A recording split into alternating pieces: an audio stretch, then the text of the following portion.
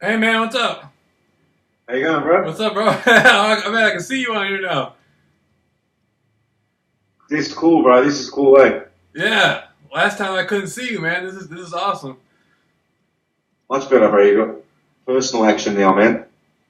Yeah, right, Facial expression, emotion, and everything. right on, right on. Man, you look all G'd Oh, up. You look all G'd up. You got a gold necklace with a cross and stuff. it's silver.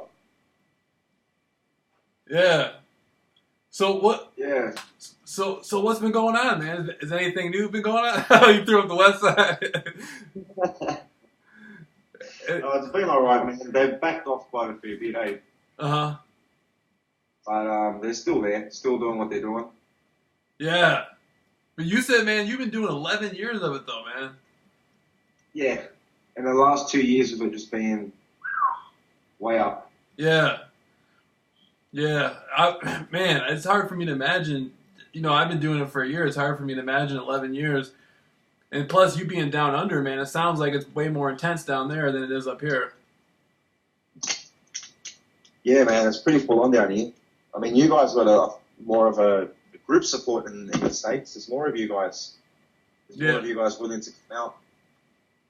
yeah. You know what, man? The numbers have going up. The numbers are going up here so much. Every single day, there's somebody else coming online saying that they're being gang stalked on YouTube. Yeah, I've Yeah, noticed, and I think that's because your government have accepted it as something that's really happening. right, right. So people aren't as afraid to come out anymore and talk about it. Yeah, it's almost like, especially with the Voice of Skull stuff. There's like a lot of people. There have been people emailing me all the time saying it's been happening to them, and I mean, all these people can't be crazy. You know what I mean? No, 100%, man. They can't be all having the same experiences and relating them like 100% of the way. They Right, can't all be crazy, man. right, yeah, man. It's intense, man. The funny thing is right now I'm going through a phase. You know what they do? They use my neighbors' wives. They have my neighbors' wives wear like tight pants and stuff, and stick their asses out and Yeah, stuff. Yeah, I swear. that's happened. That's happened to me as well a few times, man. They do it on purpose, just to G you up. But now they like me looking though. Like I've caught them a few times. Like they it seems like now I wonder. I'm like when they're at the store buying clothes, who are they buying their pants for now?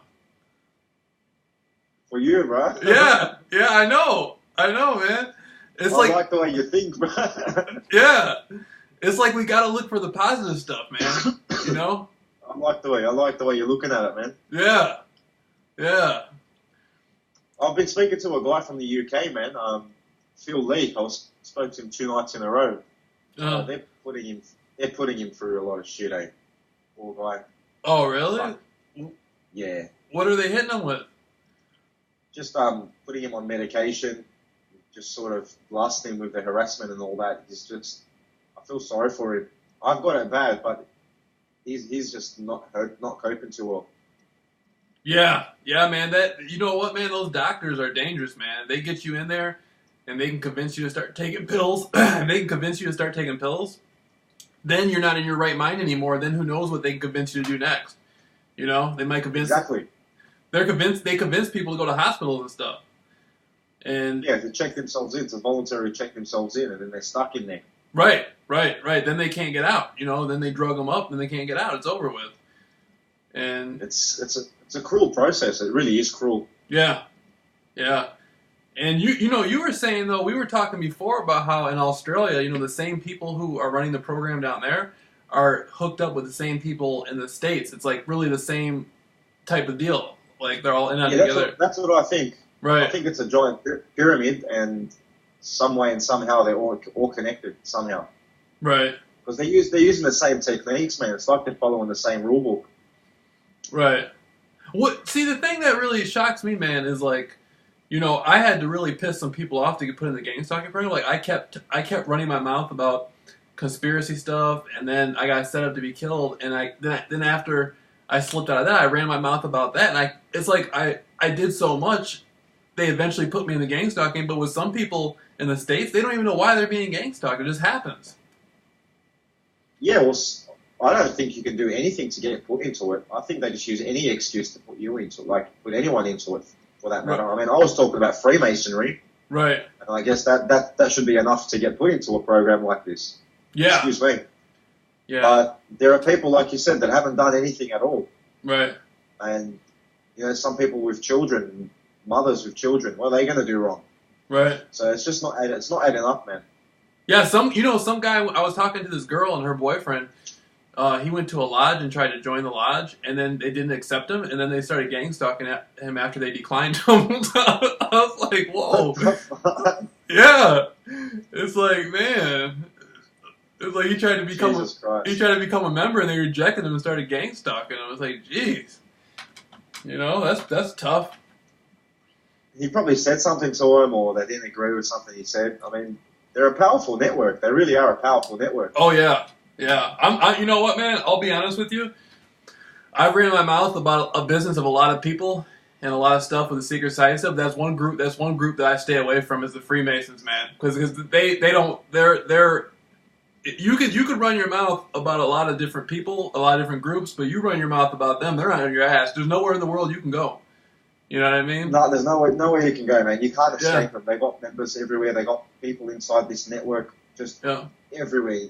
In all business structures, in all industries, they're there. You can't escape them. It's everywhere. If you're in the mountains of Tibet, they're coming up there. You know what I mean? they're already there. They're already there. They're already there, man. They're already there. Yeah. And so that's that's the one thing I've learned. I've learned to watch my mouth about. There's things I know about my situation with them that I don't talk about online because I know I'm lucky to be being gangsta. It could be worse than this. You know what I mean? Yeah, it could be worse. Yeah, and so I just but I was just running my mouth out of ignorance, sort of righteous ignorance, I should say. Yeah, there's a lot of the stuff they delve into and get into is not right, man. It's just morally wrong and against most laws. Mm-hmm. But I didn't realize how much of a fix they had on society. I've only started to discover that from what I've been going through. Me too. They've flexed their biceps and showed me their muscles, man. Yeah. And they got big muscles, I'll tell you. They're ripped. They're on steroids, all right. Yeah, before all this started, for my conspiracy research, I knew they were pretty powerful, but I had no idea that they even hired my own mom to come home with the headlights and stuff on. So, you know what I mean? They got my own mom. You know what I mean? They got their dips and everything, man. Their hands are everywhere. Yeah. Like an octopus. Yeah, it's pretty intense, man. And it's like you can't go to anybody either. Who are you going to go to? In America, people are talking about the FBI. You can't go to the FBI. They're the same people. No. You know? You're going to the same people that are harassing you. Yeah. They're not going to help you. Yeah, it might even make it worse. Yeah. And the celebrities in Hollywood go through a lot, man. Yeah, you were telling me Martin Lawrence went through it as well, was running down the street with a gun. Yeah, saying they were trying to kill him. I just know that was gang stalking. I mean, he didn't say he was being gang stalked, but, like, these people just snap in Hollywood. They say they're being followed and stalked, and I know it's gang stalking, and they can't say anything because no one's going to believe them. No. I think Shia LaBeouf, what's his name? That guy from the Transformers movie? Shia LaBeouf? He was being gang stalked? Yeah, I think he was going through it as well. That's why he was making all those crazy videos. I was reading up on it last night. I'm not sure if it's real, but right, something to go by. Yeah, man. Yeah. Man, we got to find a way to be able to record this both ways because I can see you and you can see me, but I'm recording on the webcam, and so I'm going to have to put a picture when I upload to my YouTube, I'm going to have to put a picture of you on there. But I'm trying to find a way where I can record you. I wish I had a way where I could record you at the same time for the YouTube thing, I've seen people do it on Skype, but I'm not too sure how to do it, man. I'm not too tech savvy. Yeah. Man, I like your videos. Your videos are pretty intense. Like I can just tell by looking at you and the way you talk, like you're going through, what it's all about, man. Because I remember, man, I used to be hiding in my house, looking out the window all the time, and I see cars on the corner. And I thought if I left the house, they were gonna kill me. I literally didn't leave the house for a month, man. I had to beg my mother to take the trash out. And yeah, I was scared. I was hiding. I went through that as well, man. I think it's normal. Yeah. You don't really know what's going on. All these people are out for you, and you think, oh, there's something big going on here. Yeah. Yeah. And then I thought it was the same people who tried to kill me. I'm like, damn it, they're back. You know, and I knew how powerful they were. If they wanted to do in broad daylight, they could and get away with it too. And so I thought it was them. And then eventually I left the house and nothing happened.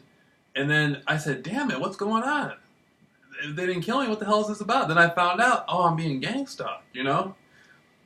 And, Yeah. And so next, That's what I thought it was. yeah, I got this crazy tactic, man. Like I live in Michigan. In some of these areas, there's no sidewalks, and so I'd go on these long walks, and sometimes I'd walk at 3 in the morning.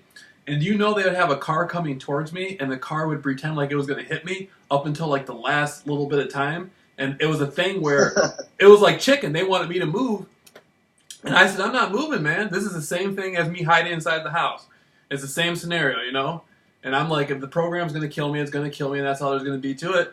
And I just kept walking straight, and they would always move. And then eventually I started, like, moving towards the car, like trying to walk into it on purpose, and they would move a little bit more. And it helped me overcome my fear of death, and it just helped me, like, that's what gave me the motivation to, like, go out and start speaking about it. You know? I learned that it's all psychological, man. You know? I've done something very similar as well, man. I had the ambulance always, everywhere I was, there was just ambulance, you know, just with their sirens around me constantly. So I stepped in front of the ambulance one day thinking, if I get hit by a car, there's no better car to get hit by than an ambulance. Ambulance, yeah. And then they stopped, man. They stopped coming around with the sirens. I think they knew that I was serious. Yeah. But there's just so many aspects to the harassment. I mean, they'll stop one thing and then they can pick up something else. They got so many tricks in that hat of theirs. I mean, it's a very deep hat. Yeah, I was talking to a guy, man. I did an interview with him earlier today. He was like a veteran gang member from Los Angeles, from the Crips gang, and me and him were talking about gang stalking, and he was a little bit familiar with what I was talking about because sometimes people who speak out, like in the black community or whatever, they get like the FBI who follow them a lot and stuff like that. So he was somewhat familiar. But a lot of times the gang members, they walk up to each other and they do something where they like bang on each other. Like they ask like, what gang are you from or whatever. And oftentimes it turns violent. And I kind of adopted that into my thing about being gang stalking. Like I would walk up to the gang stalkers and tell them my name and everything. And when I started doing that, yeah, man, because I was intimidated to approach them. And then when I started doing that, then they started backing away from me. But I wasn't hostile though. I was smiling 99% of the time. I'd be smiling. I'd be very polite, you know. And it turned into a thing where it's like most of them started liking me, and then the other ones who didn't like me avoided me, you know? And have you ever tried anything like that? Well, I've tried speaking to them, and at first, I used to do the circus shoot, and calling them a clown, and they'd start laughing. And some of them were all right about it. They weren't too serious, but then you got others that are just really serious, you know? Yeah. Break that character. Yeah, it's so funny, man, because I know definitely, like, where I'm at, a lot of them wear sunglasses and stuff, and it's like they think they're more than what they are. It's like, man, you're being paid to follow me. It's like, you're not in the CIA, man. You know what I mean? It's like James Bond or something, Jason. Yeah. They're not.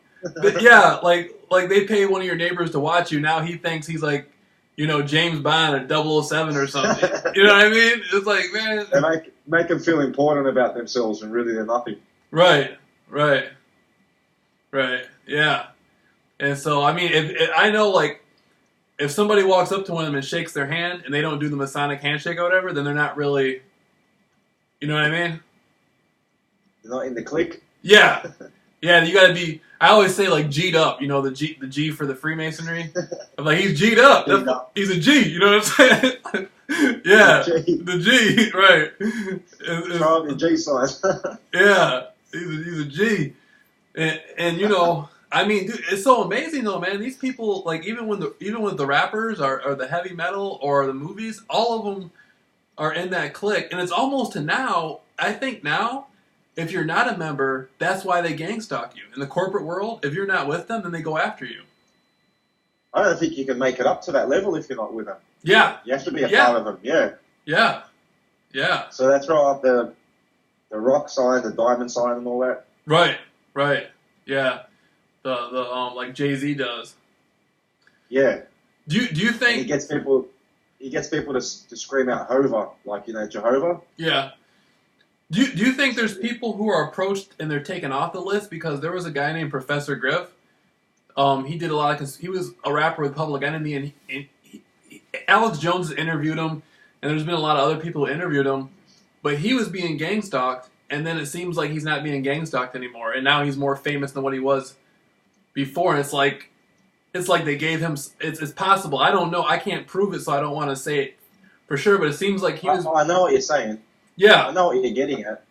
I don't want to say it either because you don't really know the true story unless someone comes out and says it. But it does appear like they switched sides. They've been bought off. Right. And so so the program, the gang stalking program or whatever, can approach somebody and take them off the list. I guess if they feel that person can, right, does have an Achilles heel, they'll approach them. But I'm not too sure. I haven't been approached. He would have to have. I mean, it'd have to be something big. You would have to offer. It probably wasn't the gang stalking program itself. It was probably like you said, the Freemasons or another secret society who had enough pull to take it off him. Well, it could be that way, or they probably put him in a situation where it's his life or keep talking. Do you know what I mean? They can put you in such a predicament where you have to bite the bullet and be quiet. I guess they can make your environment really harsh. If they want to, they can make your life really terrible. Oh yeah. What do you think? I mean, see, like me, I've never had. The most I've ever gotten of a confirmation from the gang stalkers was there was some guy with a girl approaching me, and he was on the phone, and he just looked really scared. And I was like, man, did somebody pay you to do this? And he shook his head, yes, like this, like he was scared. He was scared. He was like, yeah. And then I was like, who did it? And he was like, I'm just joking. But he said he was just joking because he didn't want the people to know that he was talking to me like that because they were watching him. Yeah. He was trying to secretly tell. Yeah. He was trying to secretly tell me yes. You know what I mean? And that's the closest I've ever gotten to scratching. To having one of them tell me what was going on. Well, Target Individual in America, I'm not too sure of the video name. It's on YouTube. They actually grabbed the perpetrator, sort of, and put him in a corner and pulled a lot of information out of them. And a lot of the stuff was they get free food vouchers, they get free housing, they get to travel the country for free, they get just moved around just for harassment campaigns, and yeah. That's incredible, man. Because when I was on the Greyhound bus, they were giving people. I could tell that the gang stalkers were getting free tickets just to follow me. Yeah, of course they do, man. Right. And the hotels, like I was at a hotel in Phoenix, and everybody that was coming there, it seemed like half the hotel was there just for me. Like they were all getting free rooms. Even a whole busload. When I was homeless, that's the same thing, man. When I was homeless, that's what I was experiencing. Right. I'd be shifting hotels around, and I'd find that the same people would be following me around from hotel to hotel. Yeah. And this was in the early stages, and I didn't really make much of it. I just thought it was maybe coincidental. Maybe they're moving hotels like me. There's always the benefit of the doubt. But once I started researching what I'm going through, and I realized, shit, they were perpetrators, and they were assigned to watch me. They were contracted to watch me. Yeah, they man, listen to this. They had a school bus full of teenage girls from high school, and they tried to they had the teenage girls walking around me and stuff, like short pants and skirts. Yeah, man, like trying to entice me to pursue them or something. You know what I'm saying? That's yeah, they've done that with me as well, man. Yeah, they do. It's like they use the same rule book. It's like they're using the same rule book. Right. Same techniques, man. I mean, today I was engulfed with, I'd say, younger women. I wouldn't say teenage girls, but I'd say younger women, just constantly around me, up and down the street, walking in my direction, walking behind me. Yeah. And all in the same kind of clothing, the same kind of fashion. It's scary. It's scary because I'm 30. I'm about to be 31, and I'll holler. If she's an adult, I'll talk. If she's an adult, if she's 18 and she's legal adult, if she looks good, I'll talk to her or whatever. But I'm not no damn criminal though. I ain't gonna mess with no minor. You know what I mean? And so, they use girls. Yeah, I get that. They like to use girls that you don't know. Like some of the girls, I'll be looking at them. I'm like, damn, she looks like she could be like 18, or she could be like what? She could be like 15 or something. I don't know, so I can't talk to her. Yeah, I'm not going to take that risk. they use they use that middle line where you can't really tell, because a lot of young Right. girls dress mature these days, and they are mature. Right. So you can't really tell the difference. But one of them was checking me out today. He was full looking me up and down, and I wanted to say, let's go grab a coffee or something. Yeah. But Yeah. I had my shopping in my hand, and I had my dog, and I was just caught under the rain, so I didn't really want to bother. But she was cute. She was a pretty looking bird, I'll tell you. Yeah. Yeah, man. They have they use a lot of that on me, and I just don't. You know what, man? I never kissed a girl's hand in my life. And then after I started getting gang stalked, I started just approaching mad females and like kissing their hand and stuff. Like it made me more like suave, you know? Like it made, I'm serious. Like yeah. I mean, it's almost like you're either going to go down or up. You know what I mean? It's just like, you're going to make something better out of it, or it's going to tear you apart. And well, I'll tell you one thing. When those girls would go home and they think about what they've done in their day, they're going to say, that bloke wasn't so bad. He came up to me, he kissed my hand, and he made me feel good about myself. Right. Do you know what I mean? Because a lot of the perpetrators do, you can see on their face, they rethink what they're doing. They have a bit of empathy towards the victim. Yeah. You can see it on their faces. Yeah. Kind of like... A lot of them... Sorry, go on? No, go ahead, man. I'm sorry. Go ahead. No, it's all right, man. It's just like they've been pressured into doing so, or peer pressured, or they've been forced. You know, it's like they haven't had the full, complete choice of choosing whether they want to do it or not. Yeah, it's sort of weird, man, because I'll see some of them, and they'll look like they really don't want to do it, but they're doing it anyway, and I'm like, why the hell are you going to do something you don't want to do? You know? Yeah. Like, with me, I wouldn't do it, man. Like, if somebody came to me, like if I knew you and I'm cool with you, and somebody came to me and was like, hey, man, we're going to give you $400, drive by him in a car and just look at him. I'm like, man, I'm not going to do that, man. You know what I mean? For $400, that's a lot of money, man. But that's a trick, though, because once I do that, then what am I going to do next? Then they want they want you to turn it up a step. Well, we'll give you $800 if you do it if you do this to him or do that to him. See, that's what a pimp does to a hoe. A pimp lures a hoe in, and he tells her all you got to do is dance for your client. Next thing you know, she's giving head in telephone booth somewhere. You know what I mean? That's right, man. You know, they're prostitutes. They're escorts. Yeah, that's what they are. Yeah. But I do understand that there are concepts where you can have some people from overseas, like Africa or war-torn parts of the Middle East, and their family are trying to come over and get citizenship or visas or whatnot. Right. And obviously, they're approached and they said, look, your family can get out of this situation if you help us out. So I guess that's also another motivation for people to get into it. Woo! It's amazing the funding they got behind this, man. What they're willing to go through to give to people to follow people around. That's what I'm thinking, man. I'm thinking, why are these people so special? Like, why am I so special? Why are you so special that we've been singled out and all these sort of resources and funds have been concentrated on us? There's a lot of money being put into this. There's a lot of people that they have working for them. There's a lot of paychecks. There's so much money being thrown into this program. I just want to understand the reason behind it and the actual agenda, what they are aiming for. Because there's a cheaper way to kill someone. You could just go up to them and shoot them with a bullet. Right. Bullets. Much cheaper. Well, I think it's sort of a way to control society because as they target us and pay people to monitor us and do what they do to us, at the same time they're controlling the people that they're paying. I get you. They're using us like a martyr. Yeah. Turning us into martyrs. Because okay, like I'm in my neighborhood and pretty much everybody in my neighborhood's in on it. You know, the old people, even the children. And yeah, they're controlling the whole neighborhood. Because I know they're listening to all these people talk.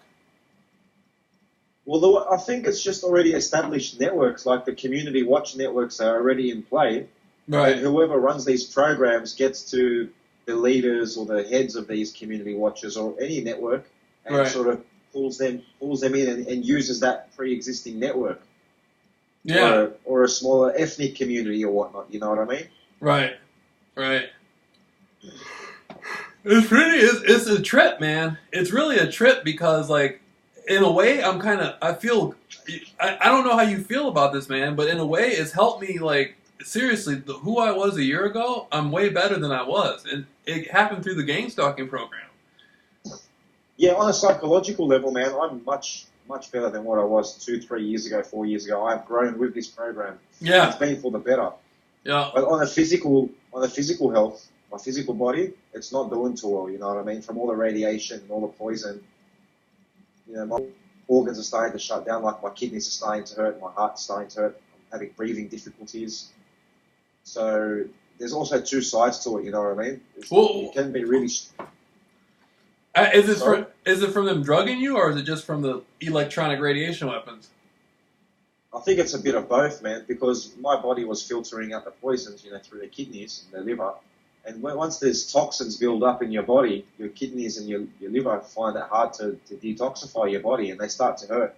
And you start shutting down, They were using the electronic weapons on me a lot in the winter. And that's when I started going on these really long walks. And they still do it from time to time. But I'm outside a lot. I'm outside so many hours, like exercising, like jump roping and stuff. It doesn't have the effect that it used to have.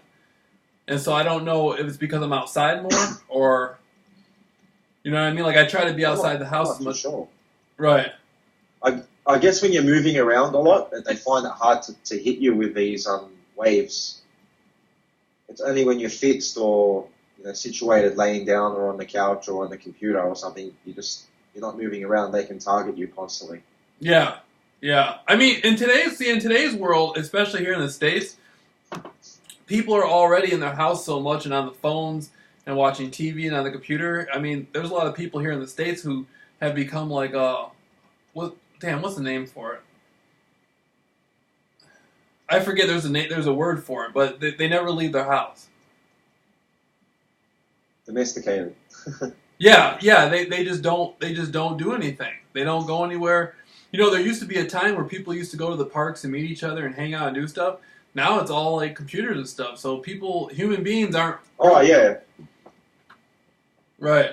When I was growing up, man, you used to see all push bikes around people's houses. All the kids would come up together and meet up at one friend's house and then go to the park. You don't see any of that now, man. Everyone's just on their phone. Right. That's how they socialise. That's how they, like you said, they're all on the internet. Right. Becoming antisocial. So do you think they're trying to take you out, man? Like you said, they were hitting you with radiation and stuff like that. Yeah. You think they're trying to kill you?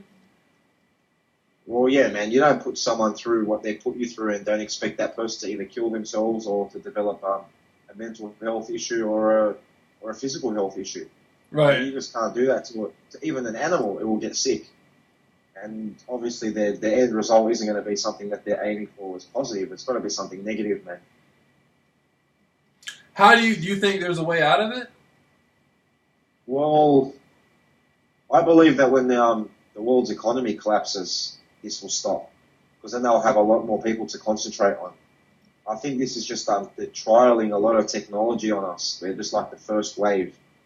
And all these new technologies they're trying on us, I guess, is for sort of crowd control, population control, because they're expecting people to riot, I guess, go into a state of anarchy. Right.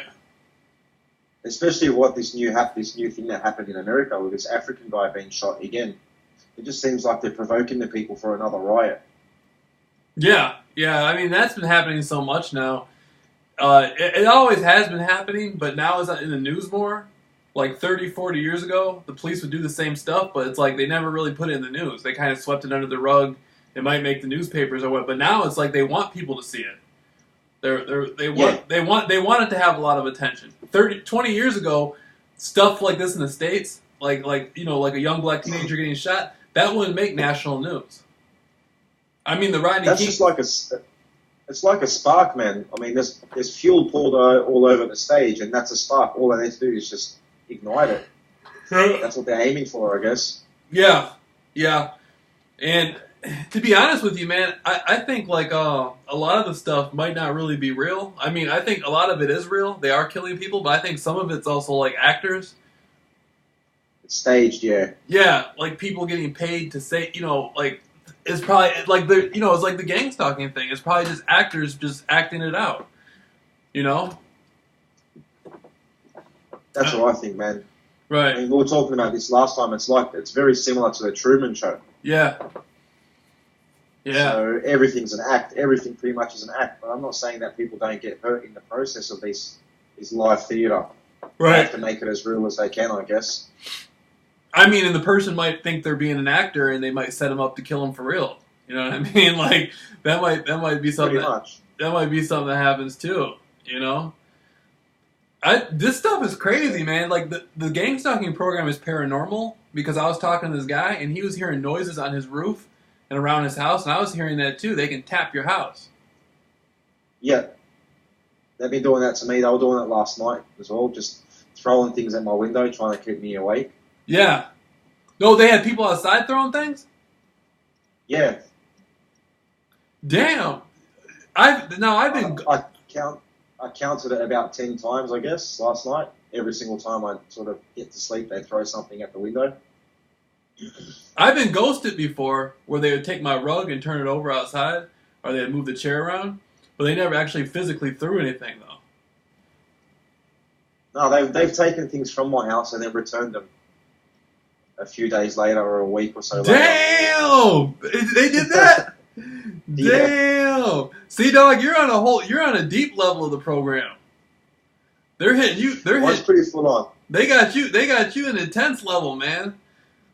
They got me in a fucking maze, man, like a little tank with a maze with all mirrors everywhere. I don't know where the fuck I am. I was saying that on a YouTube video. I was saying that I mentioned your name, and I was saying that you were going through a super, a much more intense version of the program than me, because I mean, the most they've done to me is like they drugged my food, they've done the electronic weapons on me, they've had people approach me where they were trying to make it seem like it was going to be a violent thing.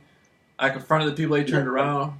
But the most intense thing was like cars following me, man. Like I would go somewhere and there'd be like non-stop cars, like 20, 30, 40, 50, 100 cars just all around me, people all around me. And that was the hardest thing to get over, And then yeah, that was the most intense thing. Pretty annoying. Yeah, that's really intense. I mean, it would just be people after people after people everywhere I went. And so I just started, I go into a store, man, and it got to the point, I'm just like, man, fuck this, man. I can't do this anymore. I just started approaching the managers at the store and telling them, like, everything, you know what I mean? I just got tired of it, man. I was like, I can't live like this anymore, Like, you should try it, man. Next time you go to the store, you should just tell the manager what's up. I have. Every time I go in and I sometimes speak to people, I let them know, I'm in a harassment program and the community's harassing me. It's pretty difficult. And they just act dumb, but you know that they know what's going on. Yeah. They've done that to me before too, man. And they had like this girl, she was like 12, she had to be like 12 or 13 years old, and they had her like jumping up and down in front of me, like trying to see if that was like going to be interesting to me. And I'm like, what the fuck? That's a little girl, And this was at a store. And so I was just like, man, fuck this. And so I walked up to the woman working there, and I told her like my name. I told her, my whole history and everything like that. And I just started doing that. And then after I started doing that, they lightened up a little bit. At first they were watching me trying to seem all confrontational, and then the program must have told them to lay off me because they started lightening up and not watching me. Like it wasn't as confrontational, Yeah, I get what you're saying. You broke the ice. Right, right. And so, see, for me, like I said, some people are in it, man, and they don't really want to be, or they're just being coerced, or they're just going with the crowd, the mob mentality. And there are some people that enjoy doing it, like they feel they get a sense of pleasure or a sense of fulfillment out of being in the program and being a perpetrator. Right. It's sad, man. Here in the States, so many people are living inauthentic lives. You give them something like that, and like that's the answer to all their dreams come true. Of course. You turn them into like a gang stalker, and it's like, now I can drive different cars, and I can hang out with different people. Now I really got a life. You know what I mean?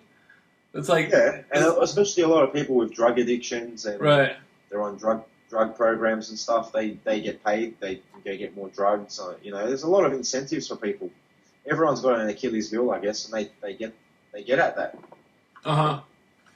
Yeah.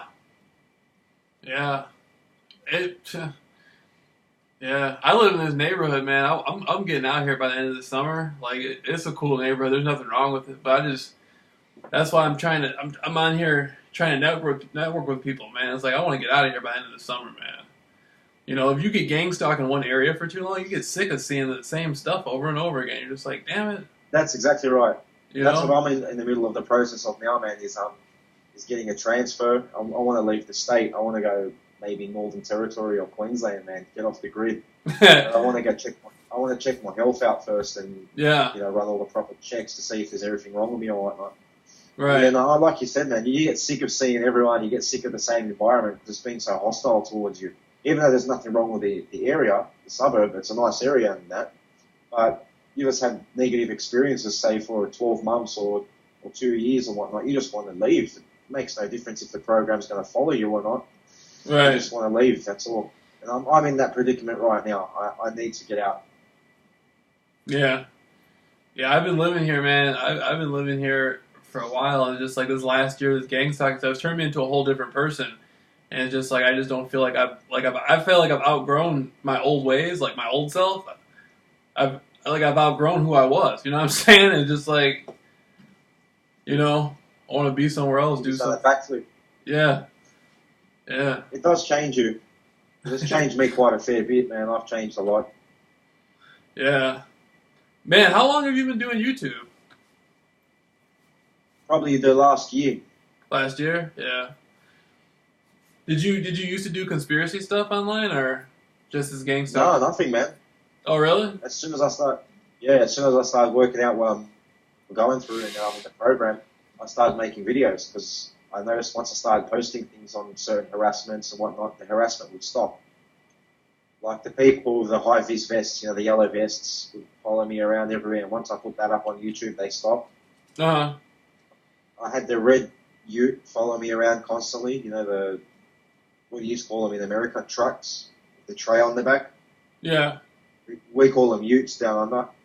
And they drive around with a red one with the lights on. Wherever I was, the same bloody ute. Man, you should see if you can come to the States, man. They won't let you? I don't think they'll let me because I don't have any criminal record or anything, but Right. it would just follow me, I guess, and I won't be able to get a job. I won't be able to survive. That'd be pretty crazy, though, man. If you told everybody about your experiences, because your experiences are way more intense than mine.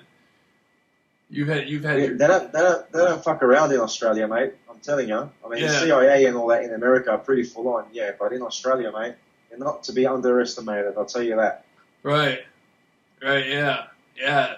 It's a force to be reckoned with, man. Not reckoned with this force. That's all I have to say. Well, the gang stalking program in America, I don't really think it's the CIA run. I mean, I think at the very top they have their hand in the program, of course, like they do anything else in America. But I think it's like in America, I think it's like the private security sector, like the private prisons and stuff like that, and a little bit of the military-industrial complex. But the people they hire really aren't nobody, from what I can see. Like they hire like agents. Civilian agents, so it doesn't get traced back to the organization or wherever it's come from.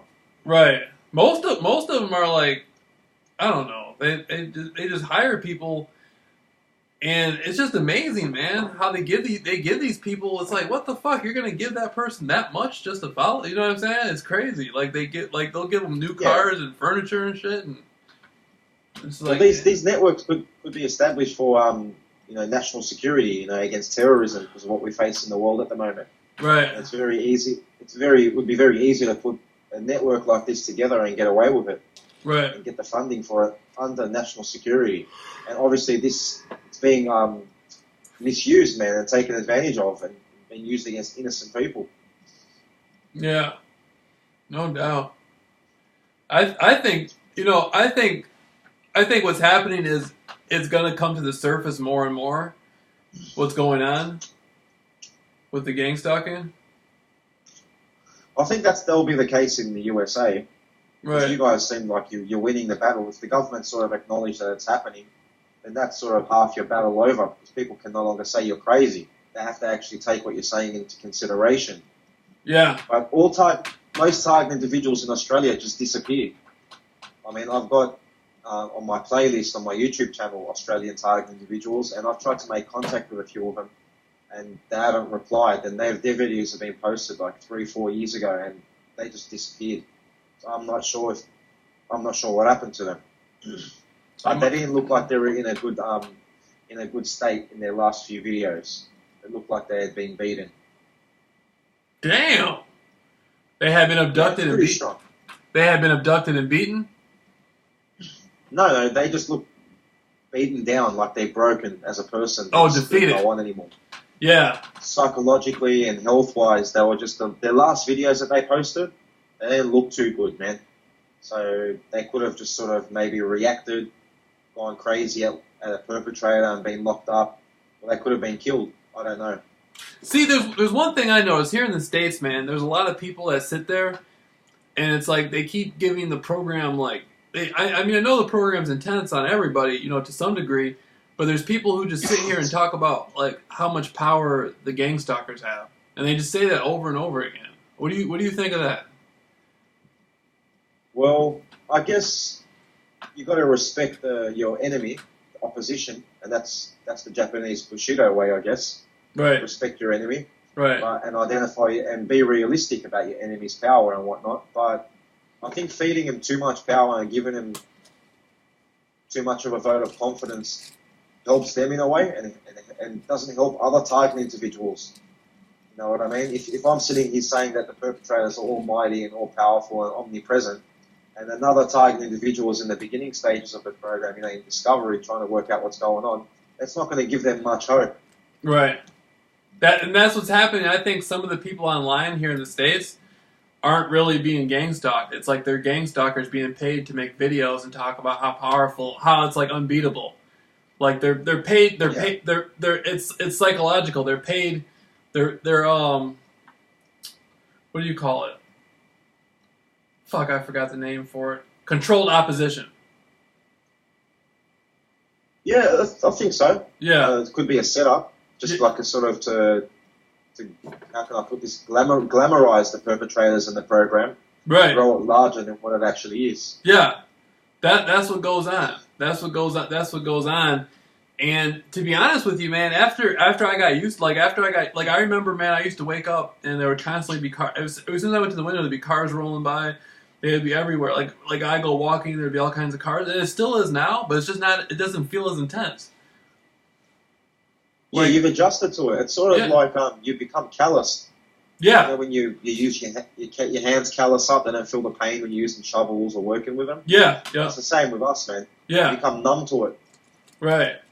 But I be interacting with him though, man. Like I be trying to talk to him and stuff. Like if I catch him at a stoplight, like I'll be talking. I'm serious, especially like the girls and stuff. I'll be talking to him, like with the guys and stuff. I'll be like, hey, what's up, man? Da da da da.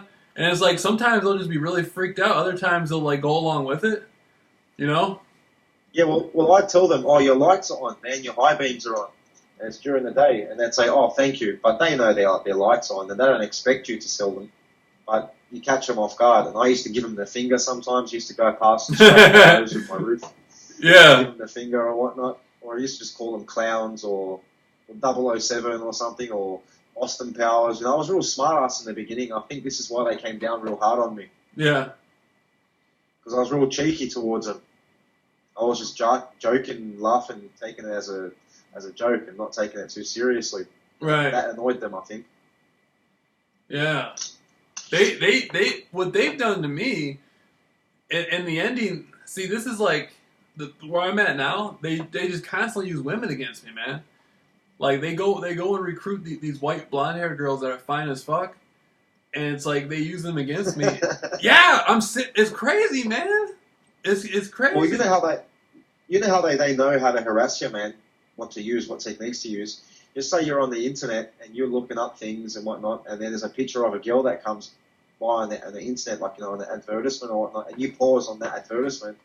They know what you look at, so they're probably thinking maybe you're in the mood for some fun, and they probably know this is what you're fixated on at the moment. This is what they harass you with. Right. Right. They're very clever, man. They use everything that they can against you. I mean, they go through my trash and they see what food I've been eating, and then they'll leave that trash, the wrapper, in front of my doorstep or in the path that I'm walking to let me know, we know what you're eating. You know, just to be invasive, to invade on my privacy. I don't really care though, but they they just go to extreme lengths, man, to make it look like they're invading on every aspect of your life. Yeah. Yeah. I just don't. I don't know, man. I don't know what to really make of it now, man, because I'm talking to people, and there's a lot of people I'm talking to here in the States, and I'm helping them because there's people who are emailing me now, and like they're near suicide and stuff, and I'll be talking to them for like a couple of weeks, and then they'll be seeming to get better. Yeah. And so what I'm trying That's good, man. Yeah, man. What I'm trying to do is I'm trying to get people to the point to where they feel like they can function and try to have the best regular, have a life that they can have. Because some of them are going, when they first contact me, they're in a real horrible state. Then after a couple of weeks, they seem like they can do it on their own now. Yeah. Yeah. Well, at first, I think to a target individual, it feels overwhelming, and it feels like the entire world is against you, because that's the image that they try and portray. That's the matrix that they try and feed you. And when you speak to other target individuals that have gone through the same thing and they're relaying the same experiences, and they're not in the same state that you're in, maybe on a suicidal state, then you rethink yourself, if they can get through it, then I can get through it, and then maybe I can help someone else get through it. Because you do go through different thought processes when you're a target individual. Right. You go up and down, you're emotional, you're happy, you're sad. I mean, it's just given the program, that's what it does to you. And right. It's just hard. It's very hard to ground yourself, and all you do need is what you're doing to people. Is someone to grab you on the arm and sort of shake you out of it and say, look, I've gone through the same thing, you can do it. You're stronger than this. You just don't let them get to you. And even if you are going to eventually die, make it hell for them. Don't give in. Right. Right. I got a feeling, though, man. I know you're going through a lot, but I got a feeling they're not going to be able to do what they want. Whatever their agenda is for you, man, I got a feeling you're going to overcome it no matter what, man. I mean, I know that's easy for me to say because I'm not there with you, but I'm seriously, man. I got a positive feeling that's like in the next few months you're going to find something that's going to help you get through it easier. It might be you moving. It might be you just taking off. Fingers crossed, man. I'm always hopeful, and I always look towards the positives in life. You know what I mean? But right. Life consists of positive and negative, so you got to take the good and the bad. Right. And with every interaction, with every experience, there's good and bad, negative energies inside of it. You know what I mean? So I can see myself pulling through, but on a health level, on a physical health, I do need time to recuperate. My body does need time to heal. On a psychological level, I know I can pull through it. It's been 2 years now, every single day, 24 hours a day, and then going back 11 years, and I'm still here, still functioning, still looking after myself. Do you know what I mean? I haven't given up. And I know myself. I'm a very strong person. And I guess once you make it through the first 6 months or the first maybe 8 months of the program, then you can tell that you're going to make it through the long haul. I think that they get people in the first 6 months to 8 months because it's overwhelming. And like you said, you do become used to it and adjust like you have adjusted to it. Yeah. It doesn't bother you as much as it did. There's this woman named Judy. She's been going through for 30 years. She's a black woman. Oh, is that? Huh? Oh, okay, yeah. I thought it was a short-haired, blonde-haired woman. She's very smart. No, it was a black woman in Detroit. She emailed me, and her whole family were targeted. It happened to her brother first, and this was back in like the early 80s or something. And he kept telling them that he was being followed everywhere, and they all thought he was crazy. And then it started happening to her and the rest of her family, and she worked at a cafeteria, and she would lay out all the plates and forks and everything, and then she would go somewhere else to get some more stuff, and people would come in there and take all the forks and plates and put them back to where they were before she set them out to make her think she's crazy. Yeah, they do that as well, man. They do that as well. They've done that to me plenty of times, man. But this was it's fucked. Yeah, this was back in the 80s though, before there was, before the internet and YouTube and all that stuff. So she just had no idea what was going on, and she even told me they can knock stuff down in your house. Yeah, they can do whatever, man. I mean, there's nothing that they can't do. If they want to do something, they'll do it. There's no limit. Right. Nothing is sacred. Right. And this does go back a few hundred years. I mean, I know this is how the Black Panther Party was broken up. Yeah. So wait a minute, you're saying the gang stalking goes back a few hundred years? Yeah, man, it goes back. The program goes back a while. except there's just a lot of new technologies that they've incorporated in the program, like the electronic harassment and the what is it, the extremely low frequency waves and all this other crap that they use. So That's pretty you're new. So like back in the Middle Ages, the program was around back then, probably. Yeah, man. I mean, if you want to go back to biblical times, Jesus was actually gang stalked as well. Oh yeah, I didn't think about it like that. Yeah, and that was supposed to be like what, a couple thousand years ago. Yeah, so it's always been around, man. It's just technology is aiding it. It's like a secret weapon, the ancient cults probably knew about. Yep, just to take out someone and not leave a trace. Yeah, that's pretty deep, man. That's pretty. I never really thought about it like that. I thought because we're in this new age of technology, they needed to create this because they can't take somebody and just put them in the dungeon like they used to be able to. But it makes sense. They probably used to do this to the royal families probably used to do this to each other. Yeah, of course, man. Right. This is what it's about. I mean, if you've watched the show Game of Thrones, and it just pretty much highlights a lot of this. These different networks working together and different alliances working together to bring down a person or bring down a group of people, and it's just all sneaky. This is how the royalty used to get into royalty. They used to knock each other off. If there was princes, the princes would kill each other until there was only one or two left, and right. guarantees them the seat at the throne. Right. Yeah. So it's all these techniques, man. It's been around for a very, very long time, and I think the Germans perfected it. The East Stasi, the Stasi police, the East German. Stasi, yeah. They developed this program a lot deeper, and they had a lot of science behind it. Yeah, man. And I know over there in Germany, I visited Berlin this many years ago, and this little town called Oranienburg, they had a concentration camp called Sachsenhausen, and after the Nazis had pretty much vacated the camp, like they ran out of there before the Russians got there or the American forces got there. But when the Russians got there, they kept the camp open. The communists kept the camp open and kept using the camp, and it was almost like they took the same exact stuff the Nazis were doing and kept using it for themselves to perfect it for the communist government. Oh yeah, man, and especially a lot of the German scientists and people that were in the army from World War II went over to America and England and Australia, and they brought a lot of their sciences and technologies with them. Yeah, I saw that, how they took a lot of prisoners. They would take a lot of scientists. Same thing in America with that Project Paperclip stuff, where the Nazis coming in to, they actually co-founded like the CIA. Yeah. Yeah. So yeah. You really get you questioning: did the Nazis lose or did they win? They won because they just took over. They just took over the government covertly. They scattered around and hid themselves up in certain positions and maintained their agenda, I guess. Yeah. Yeah, they said, hell, we don't need to beat you on the field of battle. We'll just come into your government, create the CIA, and take it over. Fuck it. That's pretty much what happened. It's pretty scary, man, if you think about it, really. It is. They were doing some really crazy things in World War II, and with the aids of technology that's come a long way these days, God knows what they're actually getting up to. It's really scary if you really want to think about it.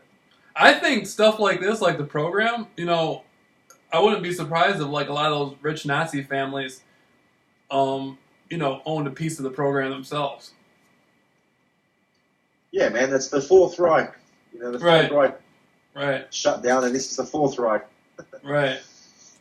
So, I don't know, man. It's pretty scary.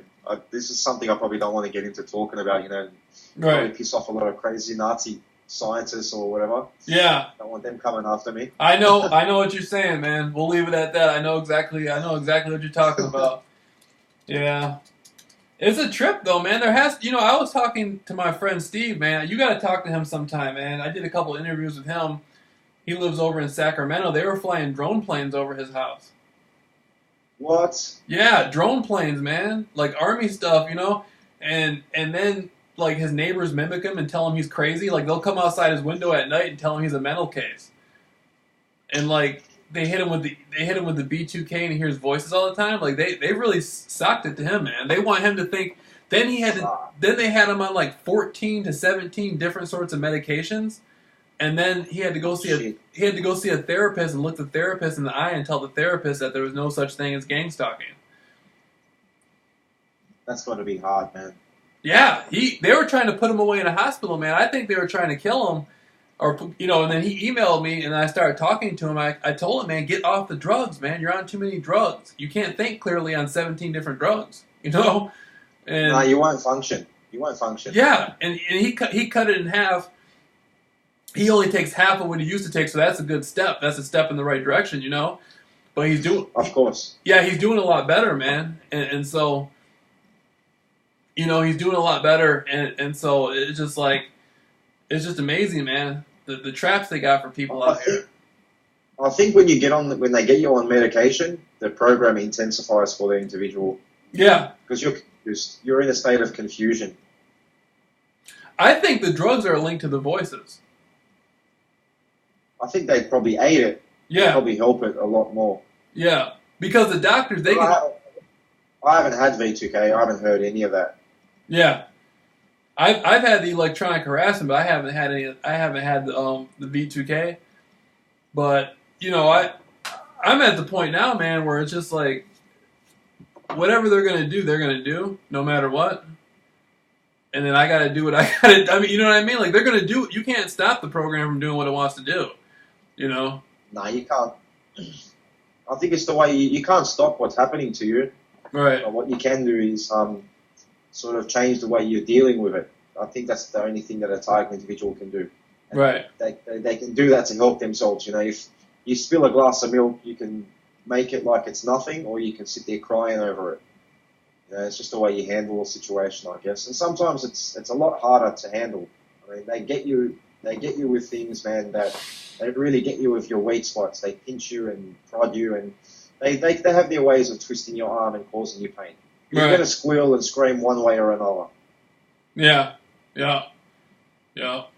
And, I think the thing about it is, man, is just like most people are already on Earth and already alive, and like life's just hectic as it is, and then you throw the gang stalking at them, and it's just like, Jesus. I mean, if life isn't already complicated enough. Yeah, I'm already carrying these weights. You give me more weights to carry, I can't carry them, mate. Right. You know what I mean? So I think that's the whole point of it, to overburden you, man, to overwhelm you, so you either commit suicide or go crazy or hurt someone and get put into prison. Yeah, I think what we're proving is this is the reason why the world isn't a better place, is because stuff like this can exist. If gang stalking is able to exist worldwide, then that's proof that the world is not ready for a better way of life. The world, you know what I mean? I guess, man, you can look at it like that. But I always say that the world is always ready for a better way of living, except it's being kept in the state that it's in, man. It's all by design. So the economy feeds off this sort of shit. It's just all entwined. Everything just sort of supports itself. It's like a house of cards. You take one thing out, the house will come down. I don't see how they can raise like a generation of people who are going to be like leaders and be able to solve real problems and be positive when they're teaching people how to be like cowards at the same time. Like gang stalk. To me, that's cowardice, man. Oh, yeah. Like to teach your children to do something like that. Like that. It's easy because you're getting benefits. You're getting money and you're getting benefits and you're getting through life. But what's the ultimate message behind it? The ultimate message is a cowardly existence, man. We'll just hand over your independence. Right. Don't think. We'll think for you. You just follow our orders and our instructions, and we'll feed you and we'll pay you. Right. And that's all you can worry about. You're just giving up your free will. Right. And so I think I feel fortunate that I am being gang stalked because it puts me in a different category.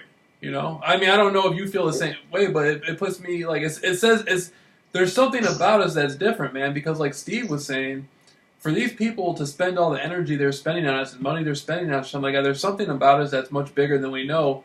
And like I was telling Steve, what would they do to me and him if we just showed up at Washington D.C. or showed up at the CIA headquarters? How would they react?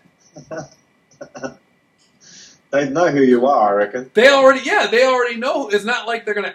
What are they gonna do? Ideas? They already knows who we are. I think Well, there's man, some. I was getting harassed by trains everywhere I was going. You know, the trains would always drive past me and honk their horns. So I rang up the closest train station and said, look, if you don't get these bloody train drivers to stop honking their horns, I'm going to blow up the bloody train station. and I didn't get called up by the cops no one came to my house telling me you're a terrorist or you're arrested for threatening to use explosives. They know who I am. They know what I'm going through. And they're expecting me to talk like that. Exactly. You got more power. Like I went to the police department. I got poisoned at Burger King, and I left Burger King and I went to the police department across the street because I was trying to scare the people at Burger King. And I went in there, and as soon as I go in there, I start talking to the police about Freemasonry and stuff and being gang stalked, and it's like they were completely open to it. Like at first, the woman, the woman at the front desk, she was trying to pretend like she didn't know what I was talking about, and then some other guy came out that was like way higher up, and he gave me somebody to talk to, and it's like they were like expecting it, like they were like ready for it, you know. Like, they didn't acknowledge it. They didn't say, yeah, we know you're being gang stalked, or they didn't do it, but it was like, it was almost like, it was like a free, it was like you can say whatever you want to say, man. We know what you're going through. You know what I mean? That type of thing.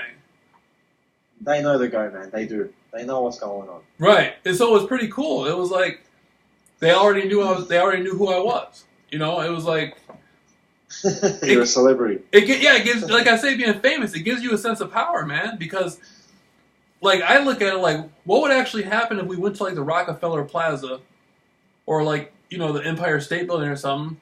They're going to be told we're coming there. How are they going to react to it? They might just let us in. Yeah, well, like I told you about the courthouse when I walked into the courthouse. Yeah. They were expecting me, man. They cleared out the entire courthouse. Uh-huh. And I never got in trouble for speaking to the magistrate without having a bloody court proceeding. They just sort of spoke to me. They knew what was going on. Right. And that's what scared me. It's like, oh, shit, these people know me. I don't know them. Something big's going on, you know? Yeah. Yeah, man. That's what I think. I think there's some sort of access we have because for all this to be spent on us, all this money to spend on us, we're an investment. To some. Well, the way I look at it, Jameel, is how can I put this, man?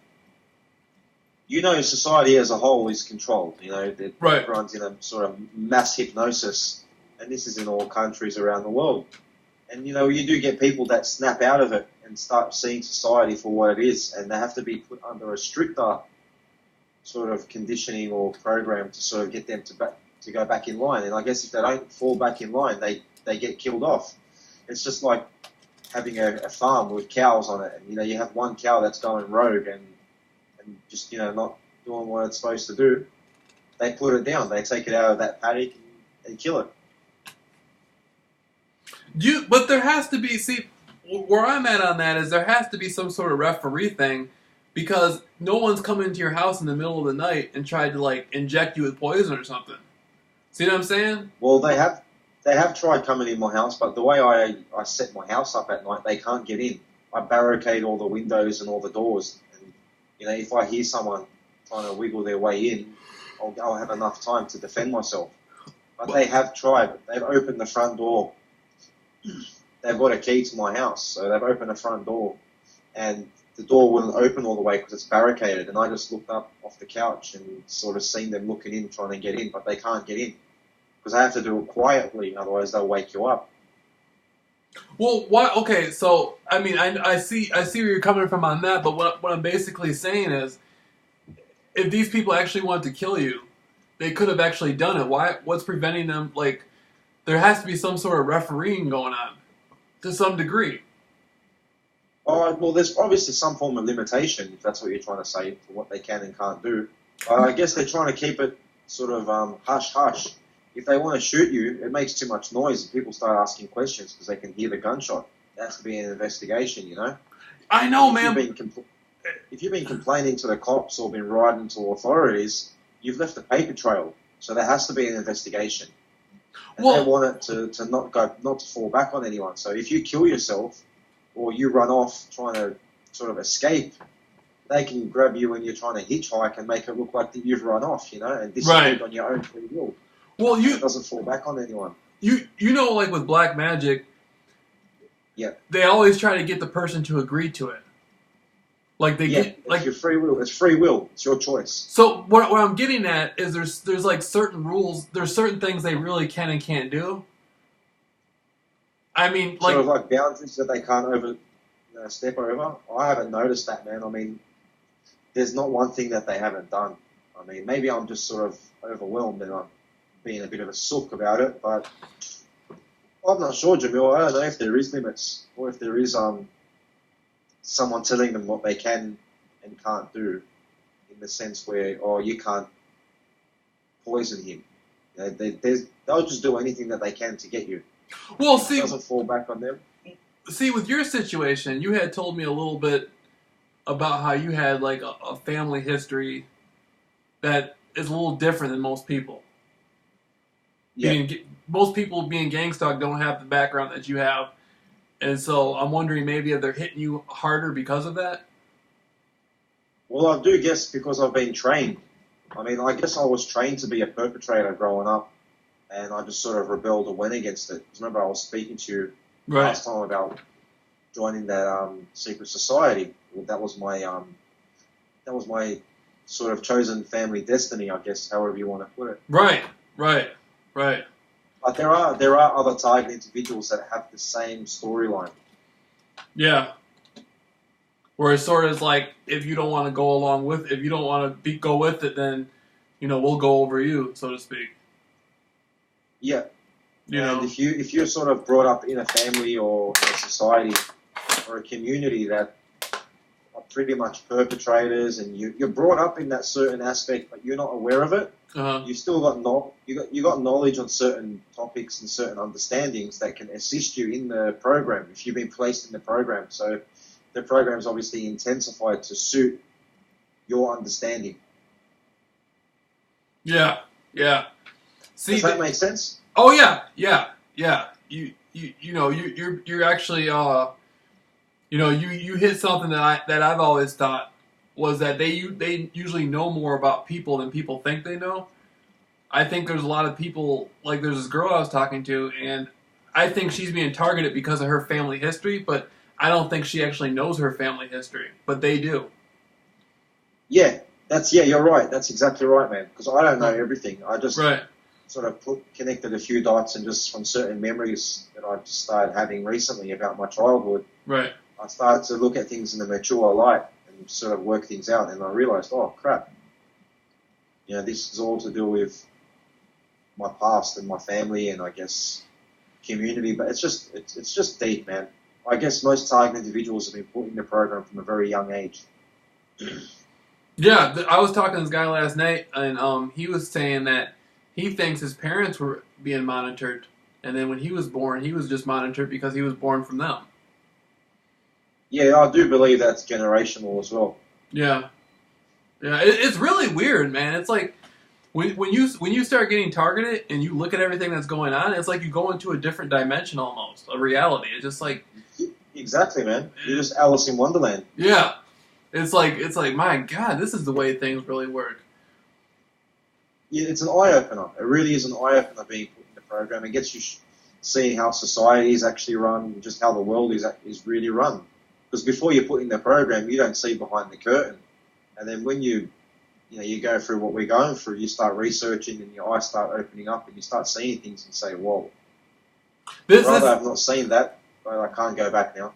Yeah, yesterday I was outside and I was lifting weights, and I saw this guy that I live by, and he was using his hands like this, and he didn't think I could see him. I was circling in the backyard. I was walking, doing laps, and he was communicating with the cars to like tell the cars to do this and do that. Like he was telling them that I was approaching, and so now they can do their gang stalking thing. And he was telling them with his hands like this, and I saw him, and then he quick acted like he was just like doing something else. And I thought to myself, I thought to myself, you know what? I was shown that for a reason. for some reason, like the spirit or God or whatever you want to call it, I'm at the level now where I need to be seeing things like that. I need to be seen through the program more, and that was revealed to me, like almost like metaphysically, you know? Like I do understand what you're saying, man. It's like a natural spiritual synchronicity. Yeah. You were at the moment to see that, so you can make sense of it. If you had seen it maybe 2 weeks or 2 months earlier, you wouldn't have made sense of it in the fashion that you did right. at that moment. Right. And it's like usually I don't see that. Usually I just see the cars go by. And that's all I see. I see the program, but this time I was able to pierce through the program and see the reality of it. And that was like an empowering thing because I'm like, man, I see. And the way he was doing it, he wasn't scared. He knew everybody else in the neighborhood was in on it, so he can do whatever the hell he wants.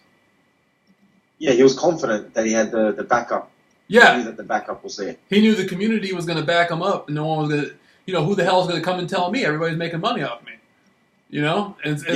Right. That's what I see as well, man. I see the same thing. I've seen those hand signals a lot of times. Right. I mean, my neighbour come up to my door maybe 4 or 5 months ago at maybe 1 or 2 o'clock in the morning and knocked on my door, and I looked through the peephole and I seen her giving hand signals to people up in the shadows in the dark.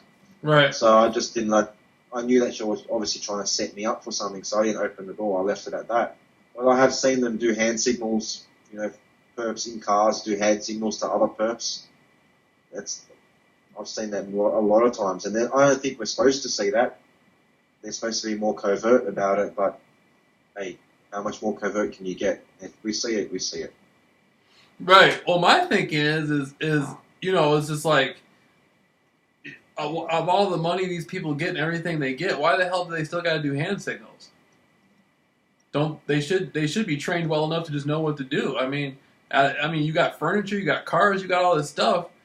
You shouldn't still be giving shit. If somebody paid me that much, I wouldn't be doing hand signals. I'd know what to do for that kind of money. You know what I mean? I'd be like, I guess it's sort of like, when you watch a sporting event like baseball or NFL, there's a lot of hand signals when there's a team involved. You're signaling to the other team in hunting parties. Right. So you don't scare off the prey. So I guess that it's also psychological for them to get the perpetrators in sort of a psychological mindset that they're the prey. I mean that they're the hunter and we're the prey. It's sort of like an army group, man. But get this though. Get this part though. While he's doing all that and cutting his grass and doing all that, I was staring at his wife's ass. His wife was in on the program. She looks like Marsha Brady from the Brady Bunch, just with a nice fucking with a nice bubble ass. And while he's up there doing all that, hey Miss Parker. Hey Miss Parker. While he's doing all that, I'm sitting there staring at her ass.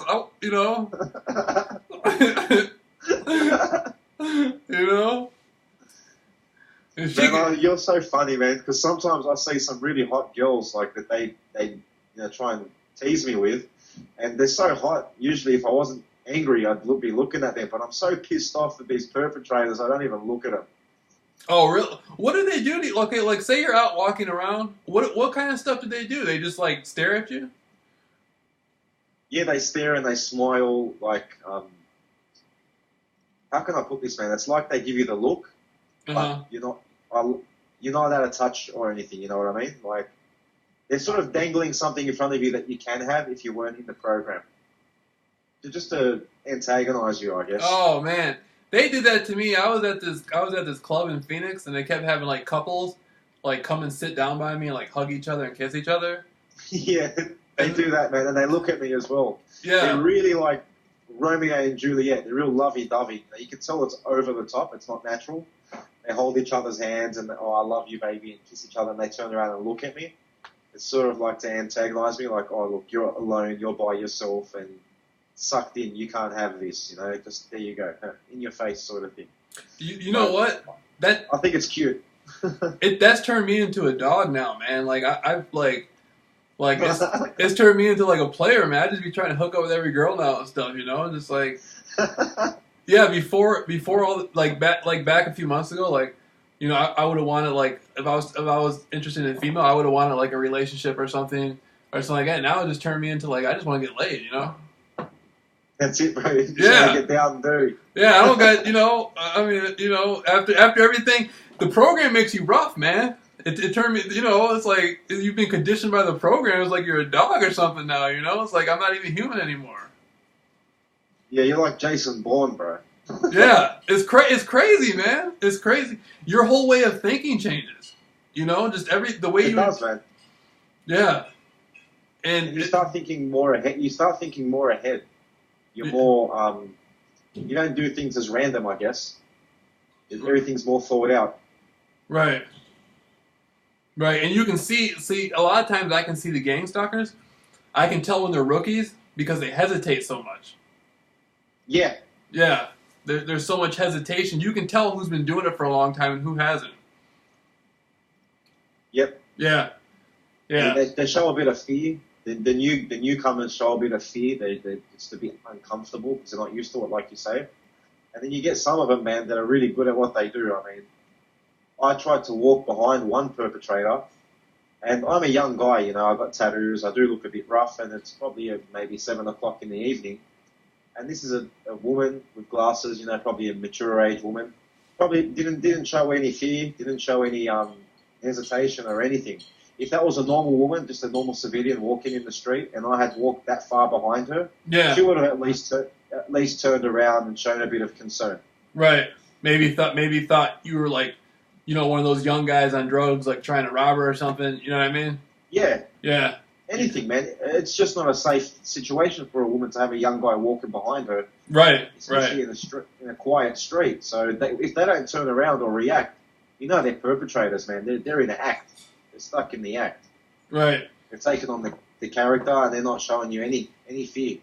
The older ones seem to be cool, like the elderly men and women, like the ones that are like 70 and up that do it. They seem to be more relaxed about it. They seem to be more cool about it. Maybe it's just summer, with me, man, I've had some, when I go to the park with my dog, the park will be completely empty, vacant, there'll be no one there, and within 5 minutes you have about 10 people rocking up with their dog, and they're looking at me, and they're just perpetrators, Yeah. And I was speaking to one of them, and she was talking to me, and you could tell from the reaction on her face that she expected me to be a completely different person than what I actually was. Uh-huh. And we just struck up a conversation, man, and we were just having a good chat. And she was a perpetrator, and a lot of the female perpetrators have turned around and told me, "You're a good guy. I don't want to talk to you anymore. I don't think we have anything in common." And you can tell that they know that I'm a good guy, and they don't want to be involved in doing what they're doing to a person that's not doing anything wrong. Ain't that something? There are a lot of good people out there. Ain't that something? Had you been a bad guy, you could have talked to her longer. Ain't that something? Yeah. I gotta change. I gotta change my ways, man. No, but that's how sad the world is. If you're a bad guy, you can talk to her longer and maybe get her back to your place. But if you're a good guy, you can't talk to her because then it breaks her heart. Well, man, Tupac did say the good die young. Yeah, or the good guys finish last. That's the world we're living in, man. It's a dog eat dog world, and an angel can't survive amongst demons, bro. I know it. That's that guy Malcolm X. He was saying in his book, he was saying that an angel cannot be around demons for a long time without becoming a demon themselves. You can't. Yep. And that angel becomes an even bigger demon than the ones that they're surrounded by. Right. This planet's crazy, man. Crazy place. But look, man, I've also been seeing a guy in America called Timothy Trespass. You know about him? I haven't heard of him, but that's a hell of a name, though. Timothy Trespass. Yeah, he's a good bloke, man. He's a target individual, and he's going through worse than what I'm going through. Jeez. If you want to look up his videos, man, you see his face is really drawn in. He looks really sick. He's really copped it, man. I really feel bad for the guy. Hold up, I'll look it up right now. Timothy Trespass? Yeah.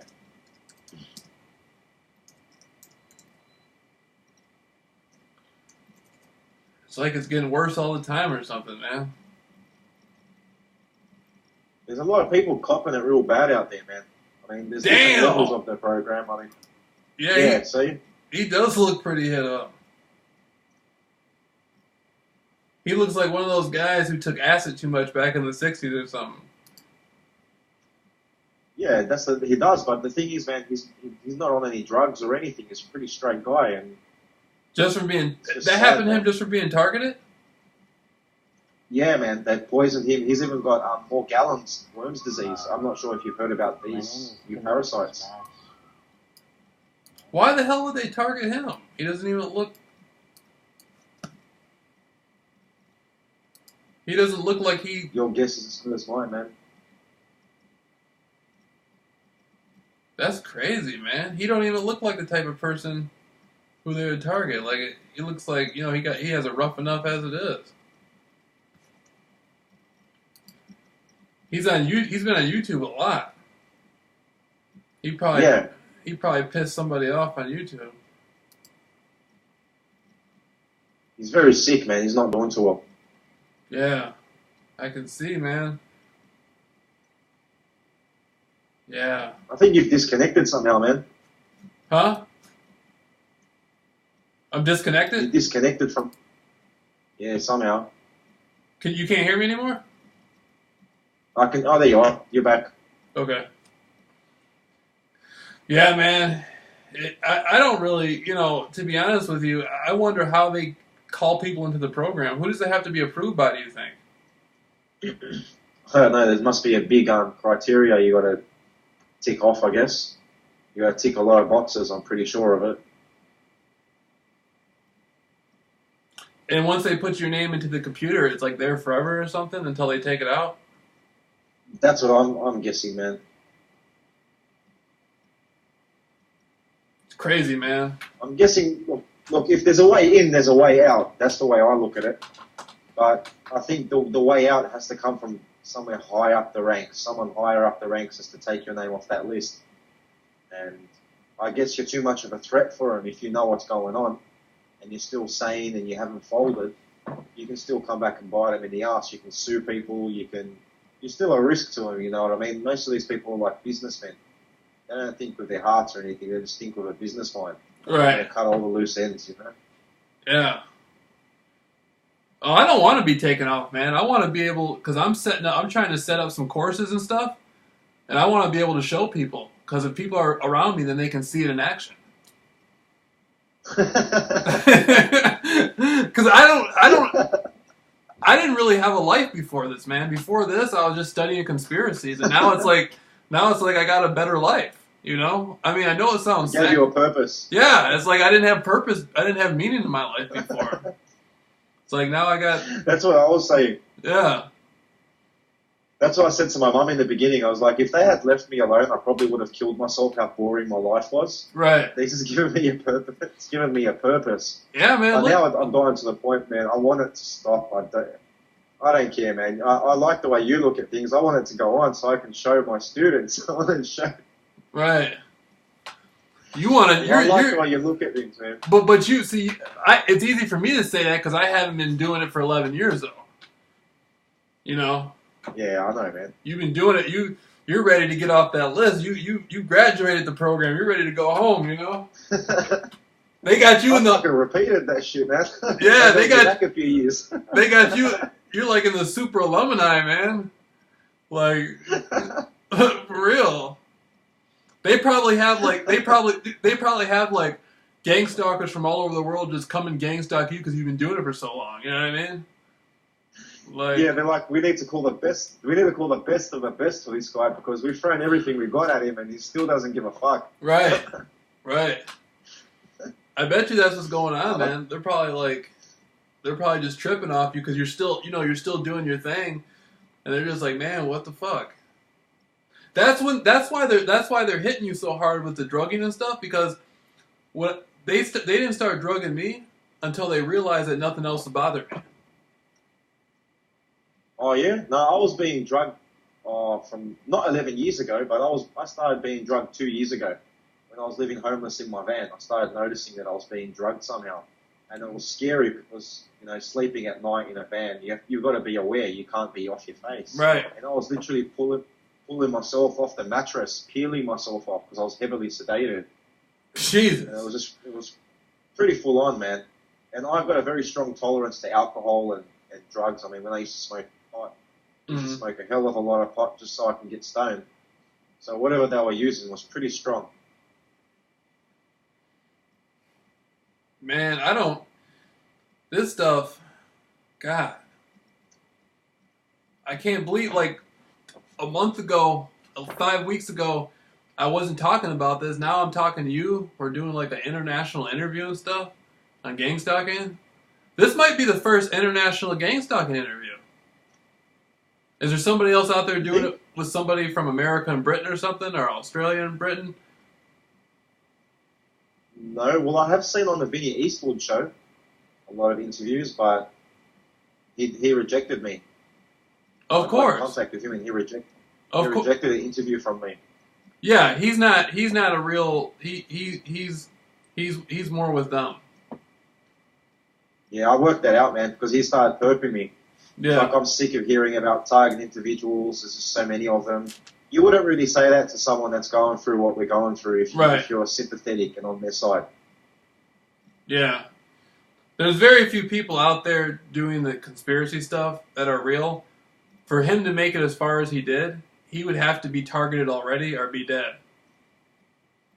Yeah. He wouldn't have a show, man. They wouldn't allow him to have a show. Hell They'd no. shut him down. Hell no. They'd have fucking whacked his ass. They would have took him out in some alley somewhere and blew his fucking head off. And yeah, of course, man. They get at everyone. I mean, if you start getting if I was to start getting a large following, that's when they would come to me and probably tell me, "Oh, look, you got to shut up and start talking about this, and that." Or you get some people talking about flat Earth theory and all these sorts of things. Right. You're going to start putting just disinfo out there. You just got to start feeding people disinformation, and that's when they leave you alone, I guess. This is a sad fucking world. Fuck it. It is, man. It's not the world that I was brought up to live in. It's fucking sad. They taught me at school. They should teach you at school, man. Look, if you don't be a good contributor to society, you're going to end up in this program and you're going to be a target individual. They don't tell you that, man. No, basically what they're saying is if you don't start lying to people and you don't start being corrupt, we're going to fucking kill you. You know what I mean? It's sad. Or we're going to make your life fucking hell. It's all backwards and upside down, eh? I know it. Like we're like all the people who are supposed to be good are really fucking like corrupt bad people who get paid to gang stalk you, and then the people like us who are supposed to be misfits are like the good people that they have to target. You know, it's fucked up. Doesn't make any sense to me. Yeah, man. Well, if you're looking at, like, for an example, in the music industry, all the artists that talk about sex, drugs, and alcohol and money, they got how many contract deals? They're always in the top 10, always in the charts. But you get the people that talk about real life shit, like peace and stopping war and social equality. They get shut up straight away. Look at John Lennon, look at Tupac, look at Bob Marley. All these people got killed off because they were advocating good. And you got still fucking in the charts, man. Jay-Z and all these other people just talking about shit, sex and drugs and, you know what I mean? Just to corrupt the society further, degrade it. Just like DMX. As soon as DMX started talking about God, they took everything away from him. The rapper DMX. Yeah, well, he even got put in jail, man. I was watching the fucking interviews. Yeah. DMX is a good guy. I like DMX, man. I like how he talks about Jesus and he's become a pastor. He's a good guy, man. He really is. He's not a fake. He's true. He's sincere. Right. Yeah. We need somebody, man. I wish we had somebody with some celebrity power. Like if we had a celebrity like contact us or something. I mean that we need something like that, man. Oh yeah, but I don't think it would happen, man. It wouldn't better their cause. Any celebrity will eventually either be killed off completely or will go along with the program. Yeah. Like you said, man, they don't want to lose their status. They don't want to lose all what they've built up and what they've they've earned all those years. They don't want to lose their life. Yeah. like that kid. Who's that comedian, man? What was his name again? Dave Chappelle? He slapped someone. No, the other Oh, comedian. Cat Williams. Yeah, Cat Williams. Yeah. He was bloody in the program, I think. Yeah, me too. I think he was too. The way he walked in there and slapped that guy, I bet you that guy was working for the program. I bet you that guy was working for the program secretly, you know? Yeah, he was just harassing him or something, and just Cat Williams slapped him. Right. Right. I feel like doing that sometimes to the perpetrators, man. I wouldn't get... Yeah, that's the best satisfaction, just to run up to them and...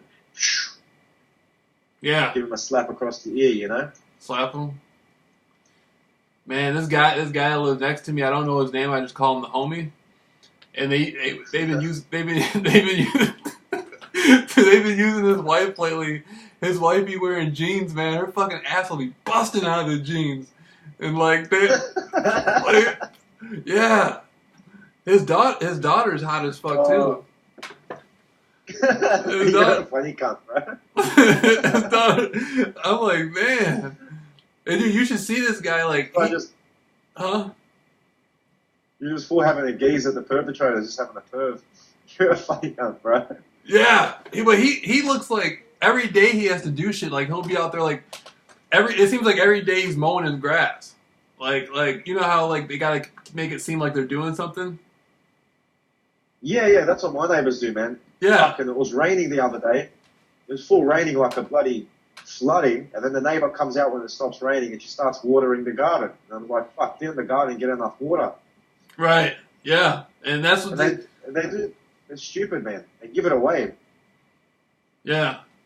Yeah. And this guy was like mowing his grass all the time, like every day. And it turned into a thing where he was like, he looked so nervous, man. Like I guess he thought I was gonna like say something to him or something, and he looked like he was being gang stalked. You know?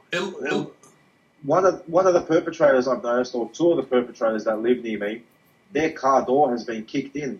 They've dented their panel in their car. So I think that they do get harassed and sort of forced to be perpetrators, otherwise they keep receiving these vandalizing acts towards their property or whatnot. Damn, the program regulated on the perpetrators? Yeah, that's what I think, man. That's pretty fucking intense. That's pretty intense. Yeah, I'm telling you, some of them don't want to do it. That's how some people look. Like the guy I was telling you about, he looks like he don't ever want to do nothing. Like he fucking hates going along with it. He just like, you know, it's just like, fuck, I gotta get up and do this every fucking day. You know what I mean? Well, he's probably thinking, I'll do this so they can leave me alone. Yeah. Yeah, because they're probably like, man, look at how much stuff we gave you, man. We gave you all this fucking stuff and paid you. You better do what we tell you to do. You know what I mean? Or we'll take it all away, and we'll take everything else that you own away from you as well. Hell yeah, and gang stalk you too. We'll take everything and still gang stalk you. And destroy your life till there's nothing left. Right. Man, that would have That's to be... pretty much what the program does, man. You know what would be worse than being targeted? To be somebody who is gang stalking and you don't want to do it, and they're threatening to target you if you try to stop. That's even worse. Yeah, that's like having a gun to your head and they haven't shot you yet. You know, the anticipation of it is probably worse than going through it. Right. Because now they can threaten us with. Because now they know. Say to us, we're going to gangs. You know, they're not going to tell you. We're going to gang stalk you. You turn around and say, fuck you, I'm already being gang stalked. What else can you do? Right, really, yeah. That's how I feel. It's like, what else can they do, you know? I mean, they could... See, one thing I don't talk about, like I said, about the Freemasons or the secret societies and shit, like, I lay cool on that. You know, I just tell people enough information so I can tell them about my story. But I don't ever... Yeah. I learned my lesson, you know? Yeah, but as you can tell, man, how I was speaking briefly on it. Yeah, I've learned my lesson. Just give enough for people to see the picture. Yeah, and then pull back because they don't like being spoken about. They just don't like being spoken about. Hell Even no. me saying that, they won't like. Because you know they're not hard to find, so they don't want they feel like they got lodges everywhere. So you know Like with the secret societies, you can't really find the secret societies because they're not supposed to exist. Yeah. But with the lodges, they do exist. They have websites and all that shit, so they really don't want anybody talking about it. There's a bit of a trick when it comes, I think, to Freemasonry. It's not the actual society that's a secret. It's what goes on in the society that's a secret. Right. Because everybody knows Freemasons exist, but they don't know what goes on within the lodges, right, within their ranks. Yeah. Well, and you know, man, it's just it's fucking crazy. It's crazy, isn't it? It is, man. Don't you think it's just like Jesus? Because just leave me alone. That's all I think. Just leave me alone already. Too much. It's too invasive. It's too in your face. You need some time to recuperate, but they don't give you that time. You know what though, man? I've gotten a better relationship with the police. Not just in my area, but anywhere I go. Because like last year, I had like bad vibes about the police. I didn't like the police. And through the program, I've learned to just communicate with them. And so it's just a thing now. I'm just like, whatever. You know what I mean? Like we're cool. Like I'll like they're people too, so I'm friendly to them. And it's kind of fun. Yeah, that's what I've learned, man. Yeah, it's kind of funny because sometimes it'll be a situation where it's like we're like kind of laughing about it. Like the police, like they're following me. It's like they know I'm not doing nothing wrong. You know what I mean? But it's just like, it's just kind of like it's a weird relationship. Yeah, I get what you're saying, man. Because I've had that as well. They're following me in an unmarked vehicle, and I turned around and I seen them, and they just started laughing. Yeah.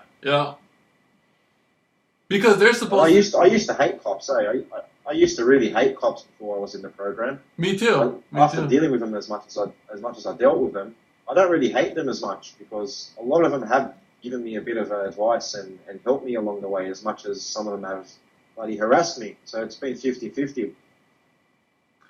I think it's kind of cool. Like when I was in Phoenix, they would pull up on me and flash the lights and stuff. They pull you up? Yeah, they'd pull up on me and like flash their headlights, not the police lights, but the headlights.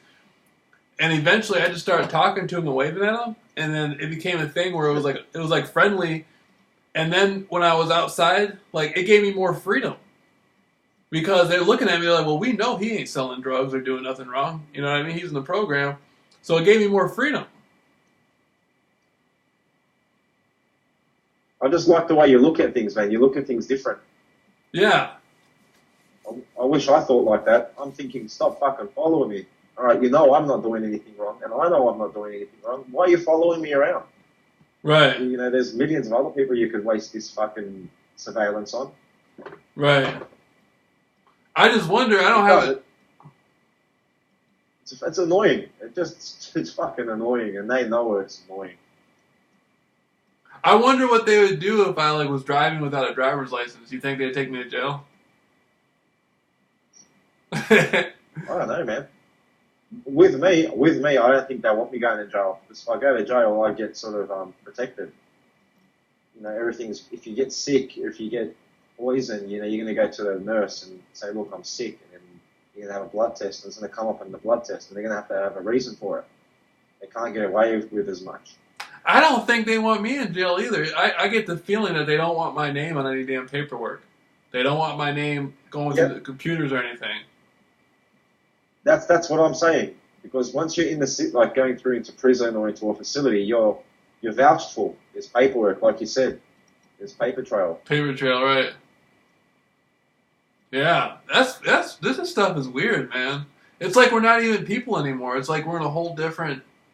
It's like the movie The Matrix or something. Like we're out of the Matrix, and they just deal with this completely differently than normal people. It does feel a bit like that as well, man. Yeah. It's like you're the worst bloody terrorist, but you're not a violent terrorist, so they can't deal with you with violence or aggression. You're a different type of terrorist. You're a peaceful terrorist.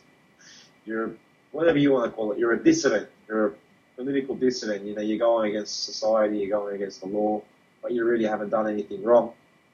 You're an activist, a modern day activist. And I guess they don't like that.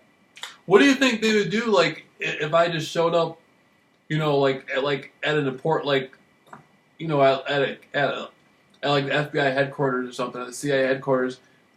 Do you think they? Do you think? I mean, they would be working the program too, of course. But do you think they would just act like they don't know who I am and try to pretend like everything's normal? Yeah, Really? yeah, because I rang up ASIO, Australian Security Intelligence Office, Uh huh. and I asked them, I go, are you guys watching me? Are you guys surveillancing me? And the lady took my number and my details, and she goes, no, we're not surveillancing you. And she started laughing because she found it comical. I'm not really anyone for them to be watching, for them to be wasting all these resources on. So I do know that it's not coming from within, how can I put it, ASIO or intelligence services, but it's getting a hand from them in some aspects. Well, it's non-official. It's coming non-officially from. Yeah, that's the one. Right. Right. Yeah, man. I don't know, man. I just get the feeling like we have some more because you know a regular person can go to a regular person walks around, no one knows who they are. I mean, I can walk into a store right now and they're going to tell the store I'm coming there before I even get there. Yeah, well, that's what's happened with me as well. Yeah.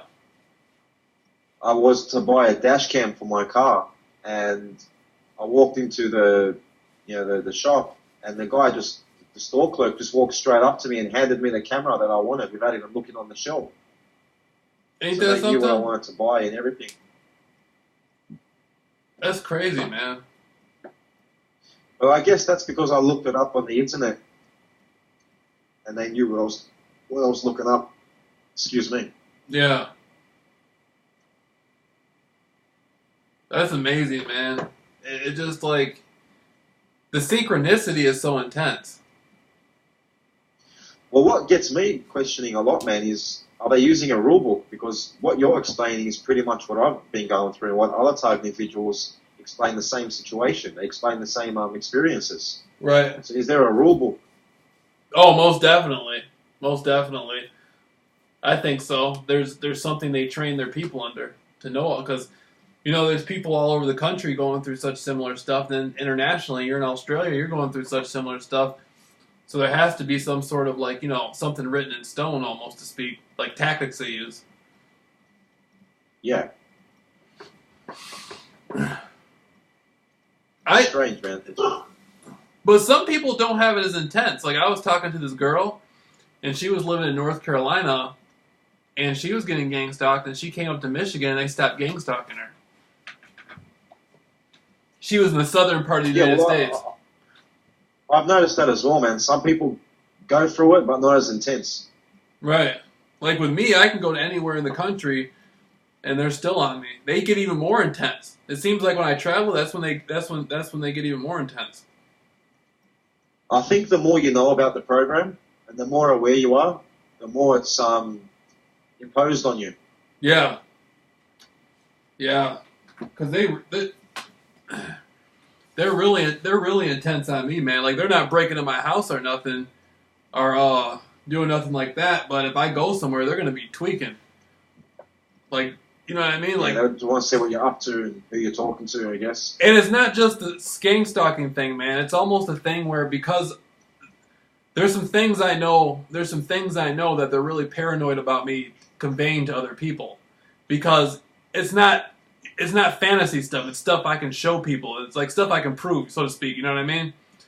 And they really don't Yeah. want. They really don't. It's almost a thing where they don't like people around me that they can't monitor. It's like a clearance thing. Like you know how people high up in the military or people like in the intelligence things, they got to have clearance. Like politicians, they got to have a clearance to know the things they know, right? Yeah. I don't have a It's clearance. like you're in a quarantine. It's like you're quarantined. Right, I don't have a clearance. I can say whatever I want because I don't have any obligation. So they don't like me out there just mingling with people because they don't know what I'm going to tell them. You know? Yeah, it's pretty much like that. I think what's that 12 Monkeys movie? I think with Brad Pitt. You know when he's in the psych ward. Right. He says there's no phones and there's bars on the windows, so we don't spread the insanity. Yeah. Yeah, and then when Because if you speak to people, you can spark awareness. right, right. you can reveal something to them. And so, I think I get monitored heavily by a few of the not just the gang stalking stuff, but a little bit by the secret societies and the Masons. Like, I think they're deeply interested in what I'm going to tell people, what I'm going to be out there saying, what are my intentions. You know what I mean? Like, because that's where I came from. I came from dealing with those. Like, for me, the gangs, like, I was set up to be killed, and I beat that, and for some reason, they just said, well, give them gang stalking then. And so for me, the gang stalking thing is more like probation compared to the death penalty. Like, I slipped to the death penalty. You know what I mean? And so it's like I'm not looking at it so much as like, this is fucking hell. Like, I'm a little bit more grateful because I could be dead, And so I don't know. I just think they have like a little bit more invested interest in me. Well, like I guess, man, all type of individuals are in the program for different levels. I guess they're right. With me, they want to try and kill me. Yeah, I can tell. That's why they poison me and they try and attack me out in the street or lure me out with girls, honey traps. If they can't kill me physically, they'll poison me or they'll force me to a suicide or they'll make it look like I committed suicide. Damn. Why do you think, okay, what do you think their intentions are with me? Like, why do you think we seem so different? Like, what is it? Because they don't seem to be as ambitious after me as they are after you. Honestly, maybe because you're in America. I think that plays a big factor. Right. That's what I think. Australia, man, type individuals don't survive. I think they can get away with more down there. In Australia? Yeah. It is more intense in Australia, man. I do admit that. Yeah. And I haven't spoken to any type individuals that have survived, unless they just sort of stop making videos. And they're still alive somewhere, but they've gone quiet. That's also a possibility. But you just don't have people speaking about it as much as you do in America. I mean, you guys have community groups and you have marches and stuff in the street, where people are, protesting and stuff. It doesn't happen in Australia. Right. And plus, there's so many different types of people here. There's so many different types of races here, in different groups, and a lot of different. It's so much. You know what I mean? It's so much stuff coming and going, even with the gang stalking program. You guys are more divided. Right. In America, you guys are more divided up than what we are in Australia. I mean, the police, the intelligence agencies, all the security industry, I mean, everything, they all work together. The hospitals work together. They don't hide information from each other. They just work and support each other. So it's a lot easier for them to destroy a target individual. Yeah. Yeah. I bet you over in Russia, ooh, boy, that must really be bad over there if you're in the program. Yeah, it would really suck to be in Russia or in a tough country like that, or China. Yeah. They probably just fucking kick in your door and come into your house and look at you every day, then leave. Like over in China. You know what I mean? They probably just like, you fucking wake up to the program kicking down your door and shit. You'll wake up in a facility, man. They're brainwashing you and shit. Yeah. And that's what happens over here. Fuck. I wonder if there's people over in Africa being gang stalked. It's happening in South Africa. What about out in the jungles? You think? I don't think so. I think in all Western civilizations and NATO countries. Right. Over like I do know New Zealand, Australia, the UK, the USA, South Africa. These are the countries that I've known people to be experiencing, this program in, and also in Germany. Right. Because it's not that those people don't need the money, but it's just like over there you can get away with so much. You don't have to gang stalk somebody. You can just put them in jail. You know what I mean? Or you can just kill them. Human rights isn't as good in those countries as it is in America. Right. Right, but some people in America... And I guess in we don't have a Bill of Rights Act. Damn. Yeah, when I found that out, I was like, what? We're a modern country, modern Western country. We don't have a Bill of Rights Act. It's pretty frightening. We don't have any constitutional rights here. Yeah. have privileges. Yeah. It's just hard to believe this stuff's real, man. Like, sometimes I'll just be sitting there like, God damn, this shit's fucking real. You know what I mean? Like, this ain't no fucking joke. At first, I was waking up every morning thinking, was I dreaming? Is it over? Am I really in this situation? You just wake up and think, fuck, I'm waking up to another day of this. And you think, I wish it just goes away. That's the number one thing that you wake up with every morning is like, is it going to stop today? Is there a way out of this? You just wake up to hell. You go to sleep to hell and you wake up to hell. Jesus. How deep do you think the program goes? Like, how intense do the levels get? I really don't know, man. All I know is that they can use all these techniques that they're using on us, all on the one person. They got no limit. I mean, they've hit me with most of the techniques that they've hit other target individuals with. Right. Because they got like a hat of tricks, man, and they don't use all the tricks on one person all the time. Because I've noticed with your situation, you haven't received what I've received, and I've spoken to other target individuals where I haven't got what they've gotten. Right. Right. Do you know what I mean? Yeah. Like, I know some target individuals that have been drugged and they've broken into their house and sexually assaulted them. Damn. No one believes them.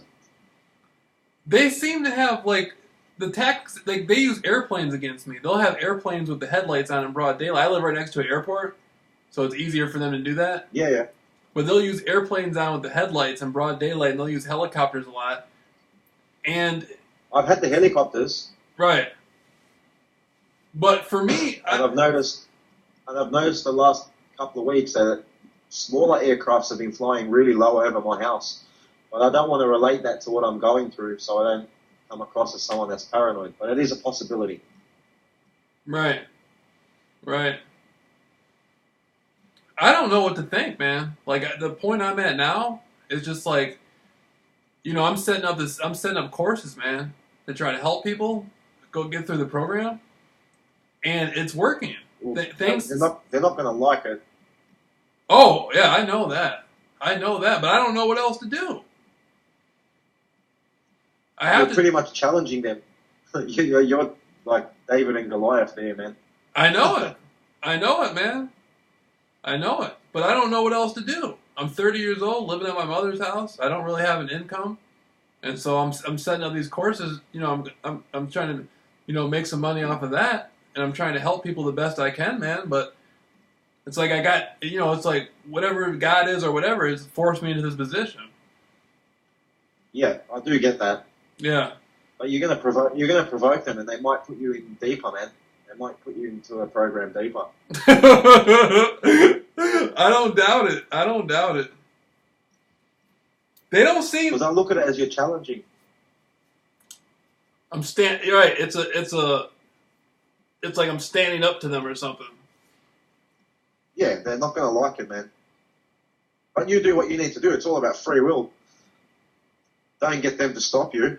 You know what I mean? I mean, I look at it like, what the hell are they going to do? Stalk me?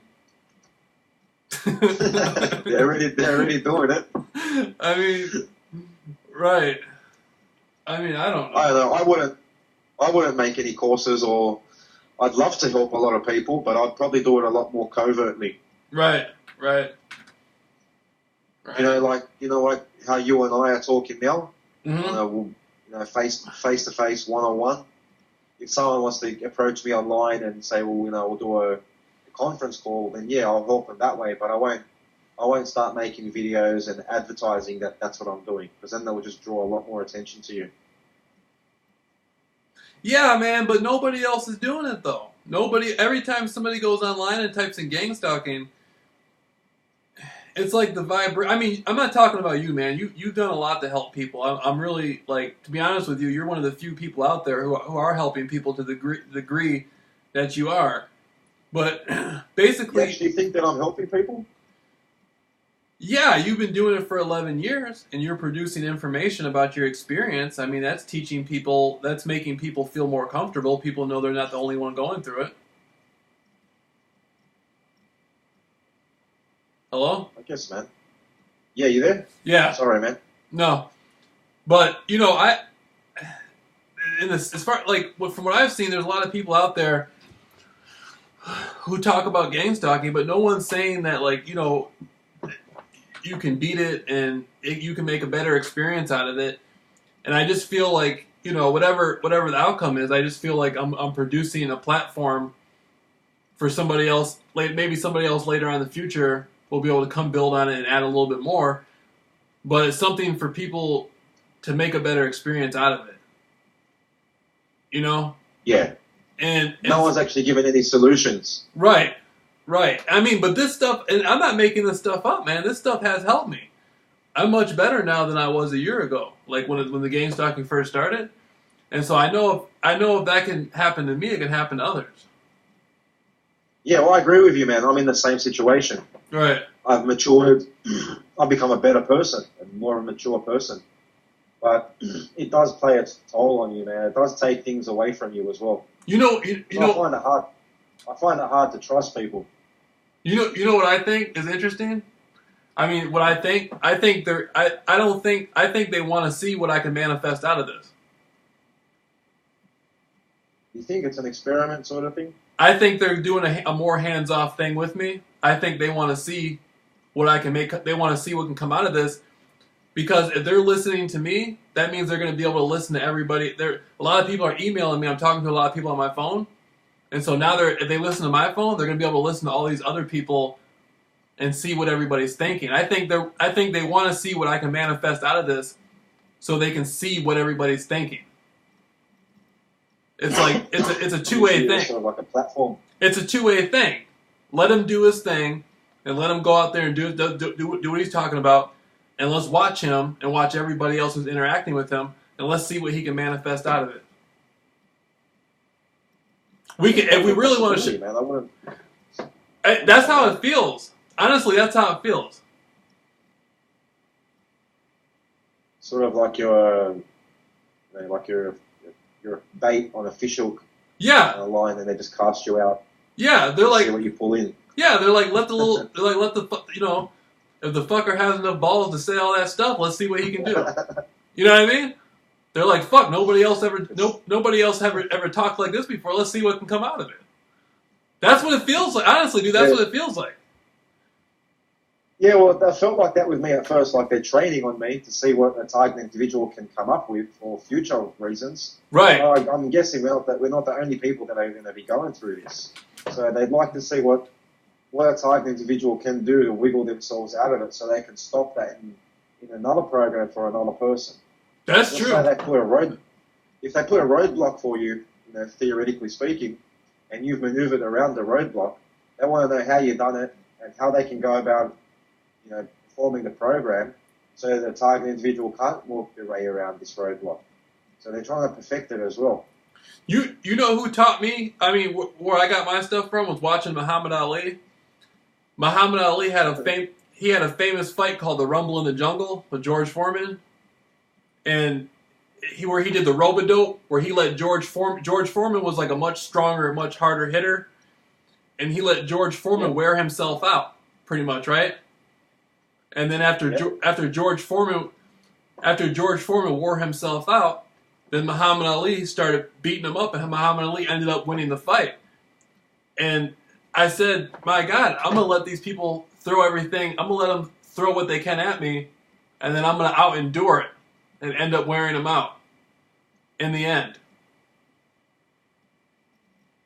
Oh, it's a bit ambitious, bro. It was psychological. Man, listen, I used to just walk for hours and hours and hours, and they would throw all kinds of stuff at me. I mean, it was pretty hurtful just from the beginning to the end to go through all that. And then I feel like they don't hit hard anymore.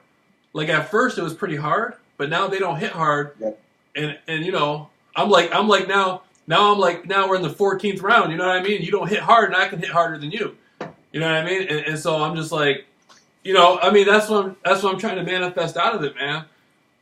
I'm trying. You're no longer a piece of cookie though. You're a stone. Right. I did an interview with there's this human rights group called PACT International. Have you heard of them? They specialize in like targeted individuals. No, I haven't never heard of them. I did an interview with them. I put it on that JAMEEL RAWLS versus gang stalking thing, and like people were like calling in and stuff like that. And I did the whole interview, and the program is basically like kind of cool with it. I haven't had. I mean, they're not. It doesn't seem like they're tripping out over it. So that's what I'm saying. It seems like they're trying to watch me just to see, like you said, like let's see what he can do. Let's see what we can learn from this. Well, let's see if he can advertise for us so other people can get scared and just fall in line. It's like you're an example to make an example of you. Right? Okay, you mean people are going to hear my story about like the conspiracy research and be scared to talk about the stuff now? Yeah. That could be too. too. Look what he's going through. That could be too. And they're probably letting you spread it around as well. Because the more people you tell, the more power they get. That's true too. That's true too. So it's like, on one angle, I'm going to be able to help the people who are already in the gang stalking, but the people who aren't in it, they're going to be scared to go the road I went because they don't want to end up in it. Is that kind of what you're saying? That's right. Yeah. Yeah, I can see that. Yeah. I can see that. So it's sort of like a double fold, you know? It's like no matter how many people he helps, there's still going to be a great more amount of people who don't want to end up in it. Yeah. Right. Well, that's how it works, man. Like, if you see a whole group of people, say 200-300 people rioting, and then one person pulls out a gun, like a police officer pulls out a gun on these 300-400 people, they all stop in their tracks. They don't want to get shot, but there's only 18 bullets in that gun. They can't shoot all 300-400 people. Right. So it's sort of like, we're in like a cattle mentality. We just follow the leader. Yeah.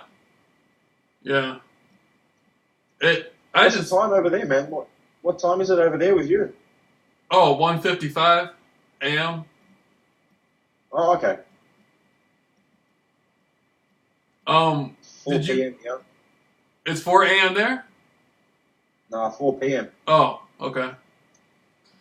I say, man, we've been going. Just to let you know, man, my phone battery might cut out soon. Just to let you know, man. Okay, man. I was gonna say, you know, we got a really good one in, man. We've been talking for a couple hours.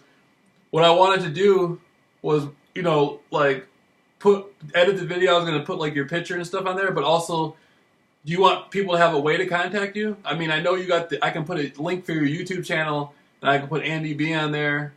But did you have any other information that you wanted people to have?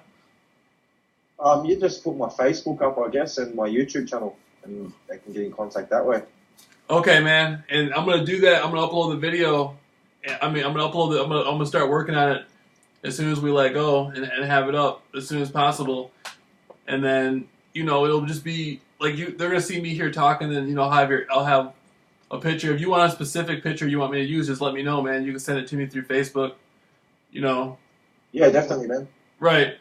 And so, but man, I look forward to seeing like the reaction we get because you're in Australia, and I'm here in United States, and so I hope we can just keep this going, man, and you know, keep the ball rolling, and you know what I'm saying? See what we can manifest out of this. Yeah, fingers crossed. I'm really curious to see people's reactions as well, to see how they react to this. Because like you said, you're in the States, I'm in Australia, and we're both experiencing the same thing. So something is definitely happening, and people that are not target individuals and that are not perpetrators can see, look, there's something going down in the world that we're not aware of. Definitely. That's because it's easy for me to talk to somebody who's like a state away from me or 2 states away from me, but I'm talking to you and you're in Australia. It's like, what the fuck? Are we both hallucinating or something? Like we both don't need medication. You know what I mean? It's like, yeah. You know, is everybody around the world just hallucinating and making it up? You know? But, all right though, man. But, you know, just let me know, man, through Facebook. You know, if you want me to use a specific picture, let me know. And then I'll start working on the video, and then I'll have it up as soon as possible. And of course, I'll post it up to Facebook. I'll put all your links and stuff on there. And I look forward to us doing something. Yeah, man, I look forward to us doing something again, man. Fingers crossed. Yeah, most likely, man, I'll be here. I'll kick through it, and I'm always up for an interview or a chat. Anything to better this cause, man, I'm all for it. Right on, man. Right on. Well, all right, man. Thank you so much, Andy B. I appreciate everything, man, and I'll have it up soon. And I look forward to people contacting you, man, and hearing, more people to contact you and talk to you.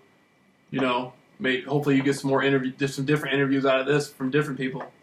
Yeah, and thank you for interviewing me, man, and allowing me to have my story heard, because it's also helped me a lot on a psychological level.